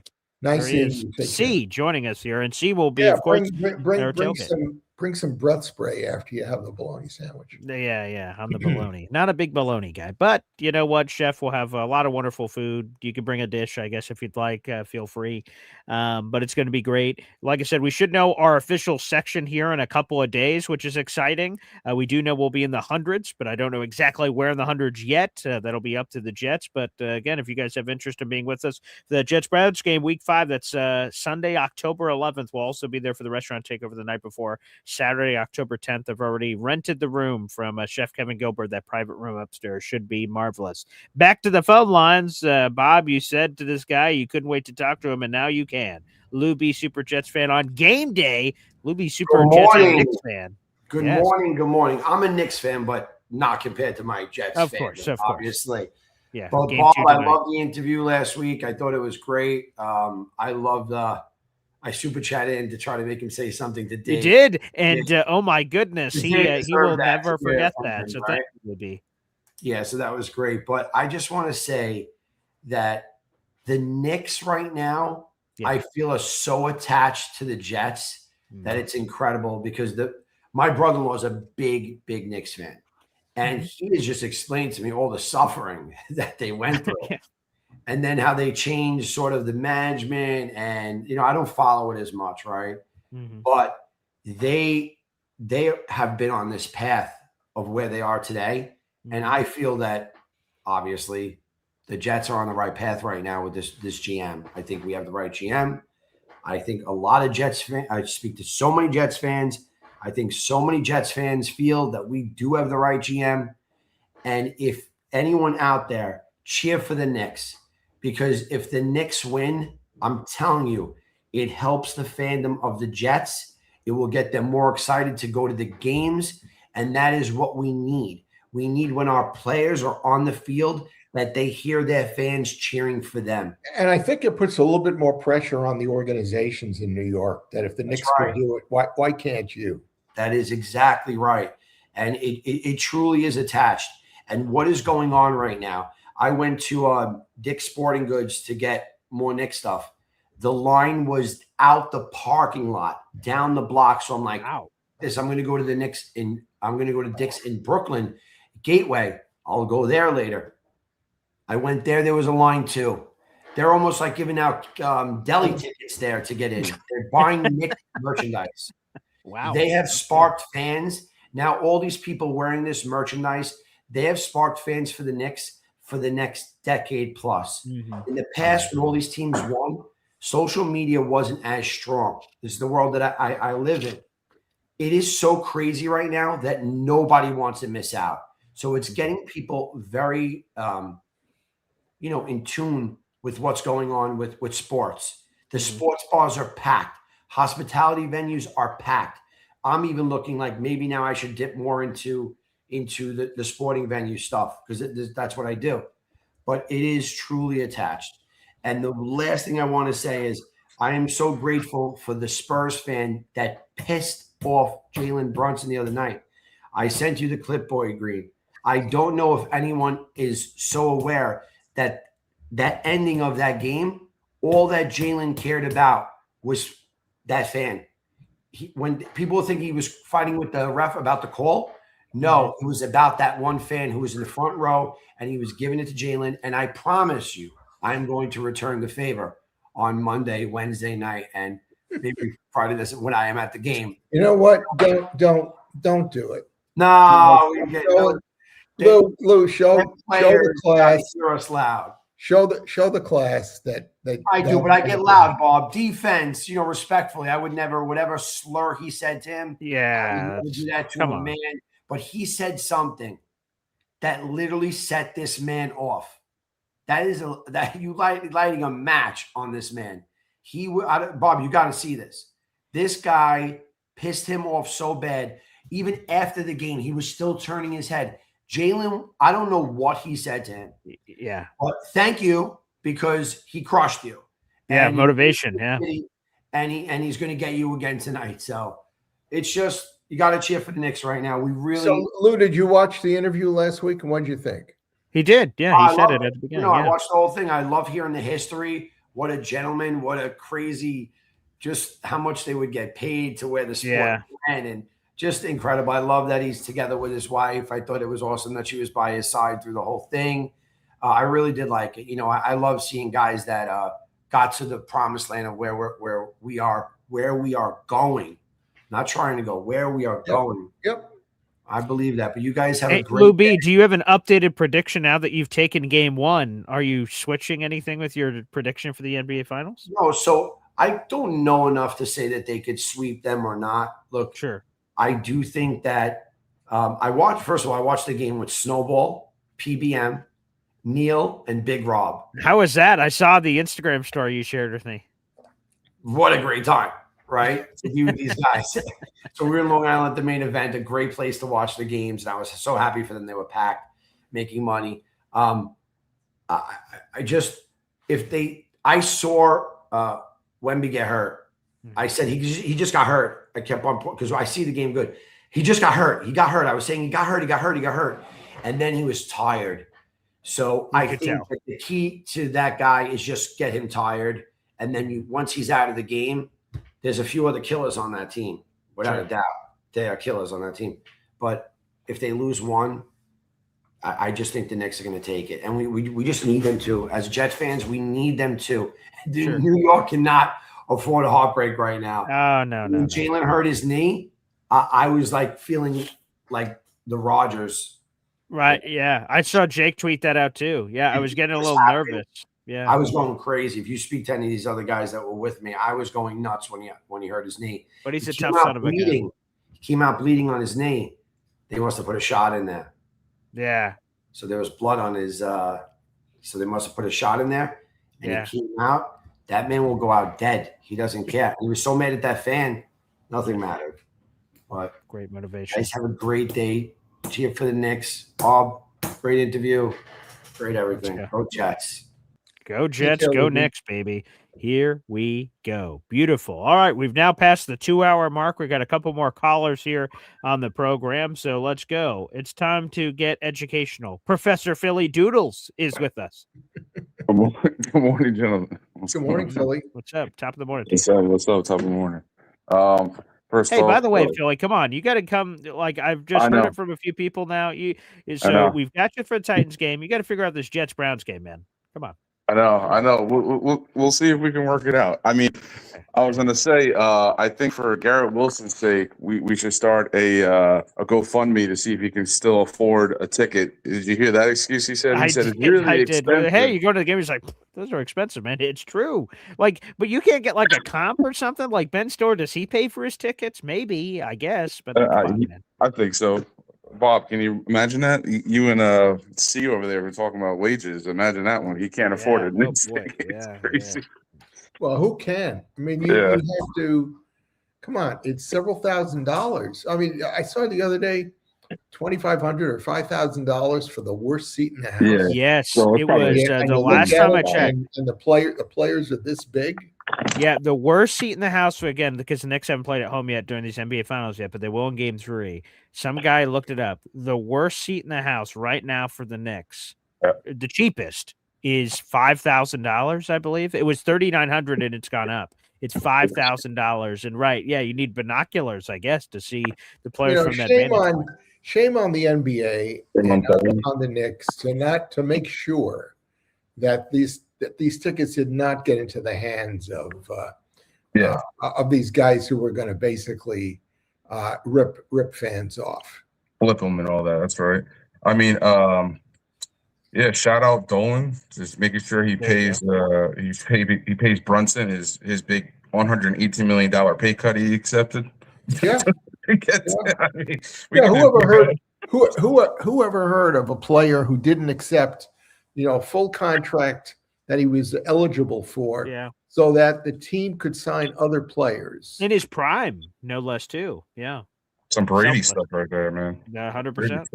And I hate Brady, but that's a comparison.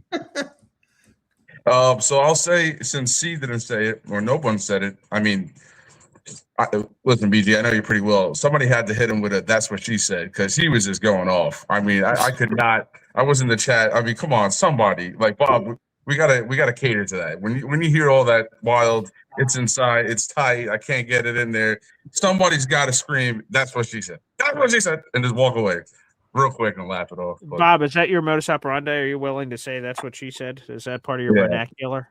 You'll have to repeat it. I just got distracted by somebody that we are expecting to have come in here and help us with something. To say it quickly.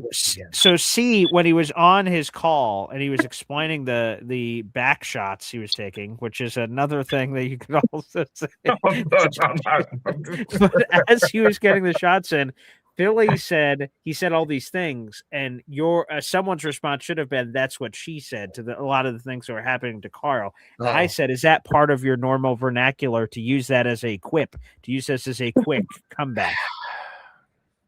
I got a COVID shot this week. Okay, and I go to this particular pharmacy to do it because they give the least painful, actually painless shots. Okay. And the key to it, I don't know if anybody out there has ever seen this or heard this, but say this to the person who gives you your next flu shot, COVID shot, whatever. Okay. They squeeze your arm and just create a little bit of a lump on your arm, and then they put the needle in. You don't feel anything. Ooh. And it's just amazing. And I always kid the people who give me shots and say, "Listen, I have a rating system, 1 to 10, and one is the worst, and 10 is the best." And these people give me 12s and 15s because you just don't feel a thing. And I can't even look. And is that only the shots that you're giving them the 12 to 15 rating on, or is there anything else? Oh yeah. I said, "Hey, that was a 15. I didn't even feel it." Oh, you know, and I'm looking away and looking at my cell what you'd phone, say. trying to distract myself and whatever. And it is such a pleasure. When I couldn't get a shot there the first day this week, my wife said, "Why don't you go over to the Walgreens?" And I said, "No, why? Because they're going to hurt me over there." There you go. I think that's where I went to get all the shots I had to get for work. I just went to Walgreens and then they just smack it in, and I'm like, all right, here we go. There it is. So, Philly, did you watch the video last week? Yeah, Mark Smolinski. Did you see the interview, pal? I still haven't seen the Zelensky video. I know it's Smolinski. I just say Zelensky for no, that's all right. sake. Also, did you read Bob's book? That's another question I have to ask. Beyond Broadway Joe, the Super Bowl team that changed football. Do you have that book? Have you seen that book yet? Listen, I haven't. And you know what? I should learn my history completely, and I am slacking on it, especially since I'm a professor. This is actually terrible. Yeah. My wife last week, my wife in the midst of the interview last week sent me a little note and said somebody just tweeted or just posted on the board. Hey, Bob, when are you going to mention your book? I haven't heard the name of it yet. I love it. Listen, I just want to be out there and saying, with backing up Lou B here, okay. I love my Knicks, and this is a great feeling. In '99, I had tears in my eyes as a 12-year-old. Isn't it? I mean, there's a chill. There's an amazing excitement about it. Mm-hmm. Tangible something. 1,000%. And to me, honestly, I want if they can bring the Knicks to relevance, Brunson and company, and Dolan sticking around, and people saying get rid of him. Same thing we say about Woody, right? Management came in. It's the same thing. I don't want to talk about the Jets like the last time they did anything great was when rations were given out from World War II. Like, I'm tired of that. And I want us to proceed into the future. And it's great to know your history, like Walt Clyde Frazier with the Knicks and learning that history. And Joe Namath, that's the history. So I think that, like Lou said, you got to piggyback that. The fact is that has to be something that the city's feeling and these players should feel. And AG was around in the 90s, not like he wasn't. So I don't know. Let's hope that's a nice shot in the arm. Maybe they'll get an interception this year for that, you know? Yeah. Game one. It's coming. It's coming. One on Robert. Hopefully the first pass of the game. That would be amazing. Cam Ward drops back, play action pass, intercepted. I would just I'm going to be there. So the scream from my body of just. Yep. And shout out Muji for the complete robbery. I mean, because look what we're going on with the Rams with Myles Garrett. I mean, they gotta come on. You know what I mean? Shout out there, Muji, the magician. Magician, baby. All right, guys. Have a great day. Board maybe next week. I don't have any good material. I'm gonna be a cheap trick. Right. I will be talking to you from Israel next week, so you have to call in. Yeah, there you go. We'll see you then, Professor Philly Doodles. Okay, again, if you haven't heard, Bob has a book, Beyond Broadway Joe, the Super Bowl team that changed football. So feel free to check it out. Get me in so much trouble with the fans. No, Bob. I'm just trying to. You know what? There are what Jake Asman normally sends in that super chat where he says death, taxes, and Bob's book, Beyond Broadway Joe, the Super Bowl team that changed football. So again, but he always says there's nothing better. Yes, and we keep correcting him. Yes, there is something better. Yeah, and that's us. Yeah. Yes, obviously. Yeah, right. Exactly. Let's get a few more phone calls here, then we'll wrap up the show. Devin, 04 Jets fan, graces us with his presence. Morning, he's Devin. mixed up. He's mixed Good up. morning, gentlemen. The wear. I like the shirt. Nice shirt today. Thank you, sir. Yeah, nice. Now, I agree with Bob on what he said earlier about the Geno Smith. If he goes for those numbers, there's not a chance we can let him walk out of the building. I agree. He has to be re-signed. Yeah, for sure. Now, I don't know if you could look and correlate those numbers, those all-time seasons that we have. Mm-hmm. How many of those all-time seasons didn't end in a playoff berth? A lot of and I think the only one might be Rodgers. So let's go from in my head. Aldoro didn't take the title. Oh, yeah. Aldoro did not in 1960. That is correct. Fitzpatrick did not in 2015. You won 10 That's games. true. I always forget that didn't end in that. That's right. Rodgers didn't in 24. Who's the other guy? So Sanchez in 2011. Unfortunately, we did not. That's true. Testaverde, we did 98. Obviously, we went to the title game. So 98 certainly checks off that bucket list. Who's the other guy I'm missing that we just about? I guess I'll have to look through some of the Kenny O seasons of '85. And there's one other quarterback I'm missing that I'm not thinking of, but yeah. But to the point, I think someone said it in the comment section. I didn't highlight the comment. I didn't get a chance, but if Gino puts NC Green, now I remember NC Green said it. If Gino puts up those kind of numbers, we're in the playoff hunt, and maybe just squarely in the playoffs, but we're at the minimum in the playoff hunt because assuming the running game goes as course, yeah, Brees Hall, right, yeah. Well, consider me firmly foot and mouth for that comment. I would really like to say, Bob, thank you for bringing the interview last week. I thoroughly enjoyed hearing angles on the Super Bowl, just what football was like for those guys in the era. And I look forward to any more interviews you're able to bring. Thank you. Yes, by the way, I just received a text on this, Bob, so excuse the language that's involved. This is from Badshaw. He texted me and said this. Bob, you could get the water boy from Super Bowl III on the show, and I would watch the fuck out of it. That's a direct quote. Direct quote from Badshaw. It's funny you should say that. I've never said this on the air before, but the guy who is now, I believe he has just become the CEO emeritus of Hess Oil. Ah, okay, right. Yeah. He was a water boy on that team. Badshaw, that's hilarious timing. So great work. Again, to me, whoever's on the team, to me, would be cool. It's cool that they get their flowers, and it sounds like, Mark got a lot out of that to talk about football that he hadn't been thinking about or talking about in a long time. It's us to honor legends. We have this period of time that's coming up rapidly here. Again, 2 weeks from today is the final day of mandatory minicamp. And then there won't be any Jets action. If there is, it's bad news. Like we see him, CNN. Wow, did you hear this terrible thing a Jets player did? As long as that doesn't happen, there should be nothing going on for like a month. That would be perfect time to talk to a lot of these Super Bowl legends. I've talked to them anytime, but specifically during this gap coming up. So thank you, Badshaw, for that comment. And thank you, Devin, for enjoying the interview last week. Now, one thing, I do like the idea of watching the Super Bowl as an Espresso Club idea. I would immediately jump in for that. That would be awesome. Great. If we could put together a series of these interviews, more than just one or two, I think that would be an excellent way to cap off these interviews, is to sit down as an Espresso Club and watch the Super Bowl all together after hearing from everybody Bob has had a chance to interview over the years, and now have an interview on your show, BG.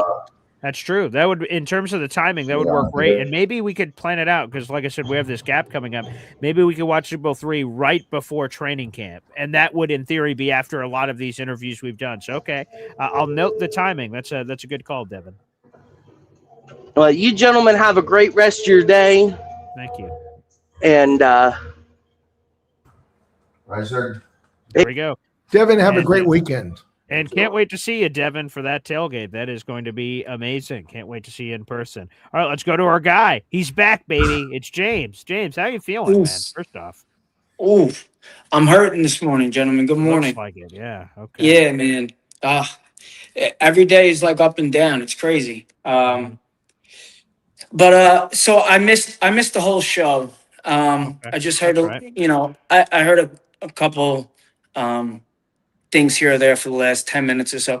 What are we talking about? Gino's numbers? Yeah, so I don't think I have it up here anymore, but I remember there was an analyst who predicted 3,500 yards, 30 combined passes and running touchdowns, and only 12 interceptions. Yeah. So that was his number. So some analysts predicted what he thinks Geno Smith's stats are going to be, and they'd be pretty historic. It'd be like a top 5 season in Jets history, is what an analyst thinks Geno can do this year. I think 35 is underestimating what he's going to do. I think more of like, I mean, the running game is going to open up a lot. Like, I think so. I'm hearing a lot of Brees talk, but we have to remember Braylon Allen is 21 years old. Like, and he can move. He can do everything. He's not as elusive as Brees, but he can do a lot, man. So I think that's going to open up the passing game. I think 3,800, 30 combined touchdowns to maybe 13, 12 picks, a 1-to-3 ratio or something like that. I can see that. I think it would be more than 3,500. You know what I thought interesting, Paul, about the statistics that he predicted? We didn't hear anything about Cade. Because who's going to play those 2 other games? So, yeah, he explained it on the Jake Asman show. One of them are injury, inevitably. He says that happens to every Jets quarterback in history. And the other one would be the Jets are out of it, and they get a look at Cade Klubnik. That was his prediction. So, we'll see. Well, yeah. So, I mean, that's such a dichotomy. I mean, that's it's totally different sides of the spectrum. But I personally think that Gino, from what I'm seeing, and that means nothing, right? But he is locked in, man. And I think he's trying to have some retribution as far as coming back to where he started. And I think he's locked in, and he's really taking this seriously. Like he wants this to be his swan song, I think. Yes. You know what I mean? That's the way it seems. So I'm totally confident in Gino and the progression that he's taken since he left us, because I've watched every mic'd up that he's had, and if you look at 2023, I think he was like the 77th player in the NFL top 100. Yes. Right. So he last year was an anomaly. I mean, they had a terrible line. I think he's better than a lot of people are giving him credit for. We all know he could sling the ball, and coming out of OTAs, the touch is something that's being really remarked about by the wideouts, as far as it's a very catchable ball, and receivers appreciate that. They don't want to catch like Zach Wilson would throw the fucking thing 90 miles an hour and break a pinky. Like, there's something to be said about good touch on the ball, and things like that. But I think 3,500 is a lower estimate as far as what he can do this year, especially with the line. A little worried about Josh Myers, not gonna lie, but I think everything else is in place. So if we can get those snaps straight and not wobbly, I think we'll be good. But I just wanted to check in, boys. I gotta go lay back down, but I appreciate it. I'll talk to you guys soon. Weekend. Thanks, James. Yeah, God, please heal up. He makes me guilty with all the sweating he's doing. Yeah, well, please heal up, James, man. We want you to get right. So appreciate the passionate call, my friend. And again, heal up for sure. And lay back down, get some rest, my friend. Wow, what a friggin' show, Bob. These have been a lot of fun shows with Mark Smolinski last week. Good conversation with the fans. And it's June 5th. Like we are in the thick of it for the OTAs and mandatory minicamp over the next 2 weeks. And then we'll be off to the races. Training camp is right around the corner. And then the season will be here before we know it, Bob. Yeah. I mean, week after next, they have another OTA. Correct. It's a mandatory mini camp, I think. The mandatory is not next week. It's the week after. It'll be 16th through the 18th. Right. And then that 19th will be the first day of mandatory mini camp being over. But I'm sure we'll have a lot to react to from that 3-day mini camp. And then we're off to the races. We'll see. Some NFL teams cancel mini camp. Like the 49ers canceled their entire mini camp, which stinks for us because that's more content for us. So hopefully the Jets do not do that. And hopefully they don't like bail a day either. Sometimes the Jets have done that in the past. They're like, the 2 days went fine. All right, guys, break early for camp. Break early, ahead of training camp. So hopefully we get plenty of that action. It should be a lot of fun. Bob, great show. Well, thank you. And thank you to everybody for your input about continuing to talk to Jet players from the Super Bowl era. I think they are interesting people all on their own. Even if you don't know a lot about them, I think you'll find it interesting, as I already kind of outlined what Carl McAdams is about. A guy who was heralded as a superstar linebacker, who never got to do that because of injuries, but who made some significant contributions to the Super Bowl team. And as I've made the point before, every single player on that team, whether they just played on special teams or that they were spotted like a Carl McAdams was on the defensive line, they all made contributions that ultimately led, to the championship game and to the Super Bowl. And McAdams was one of those guys who you never have heard of. And if we do a video review, for the Coffee Club, I'll be really, well prepared to point out, watch what happens with like Carl McAdams on this play. Look at the play that he makes that nobody talked about.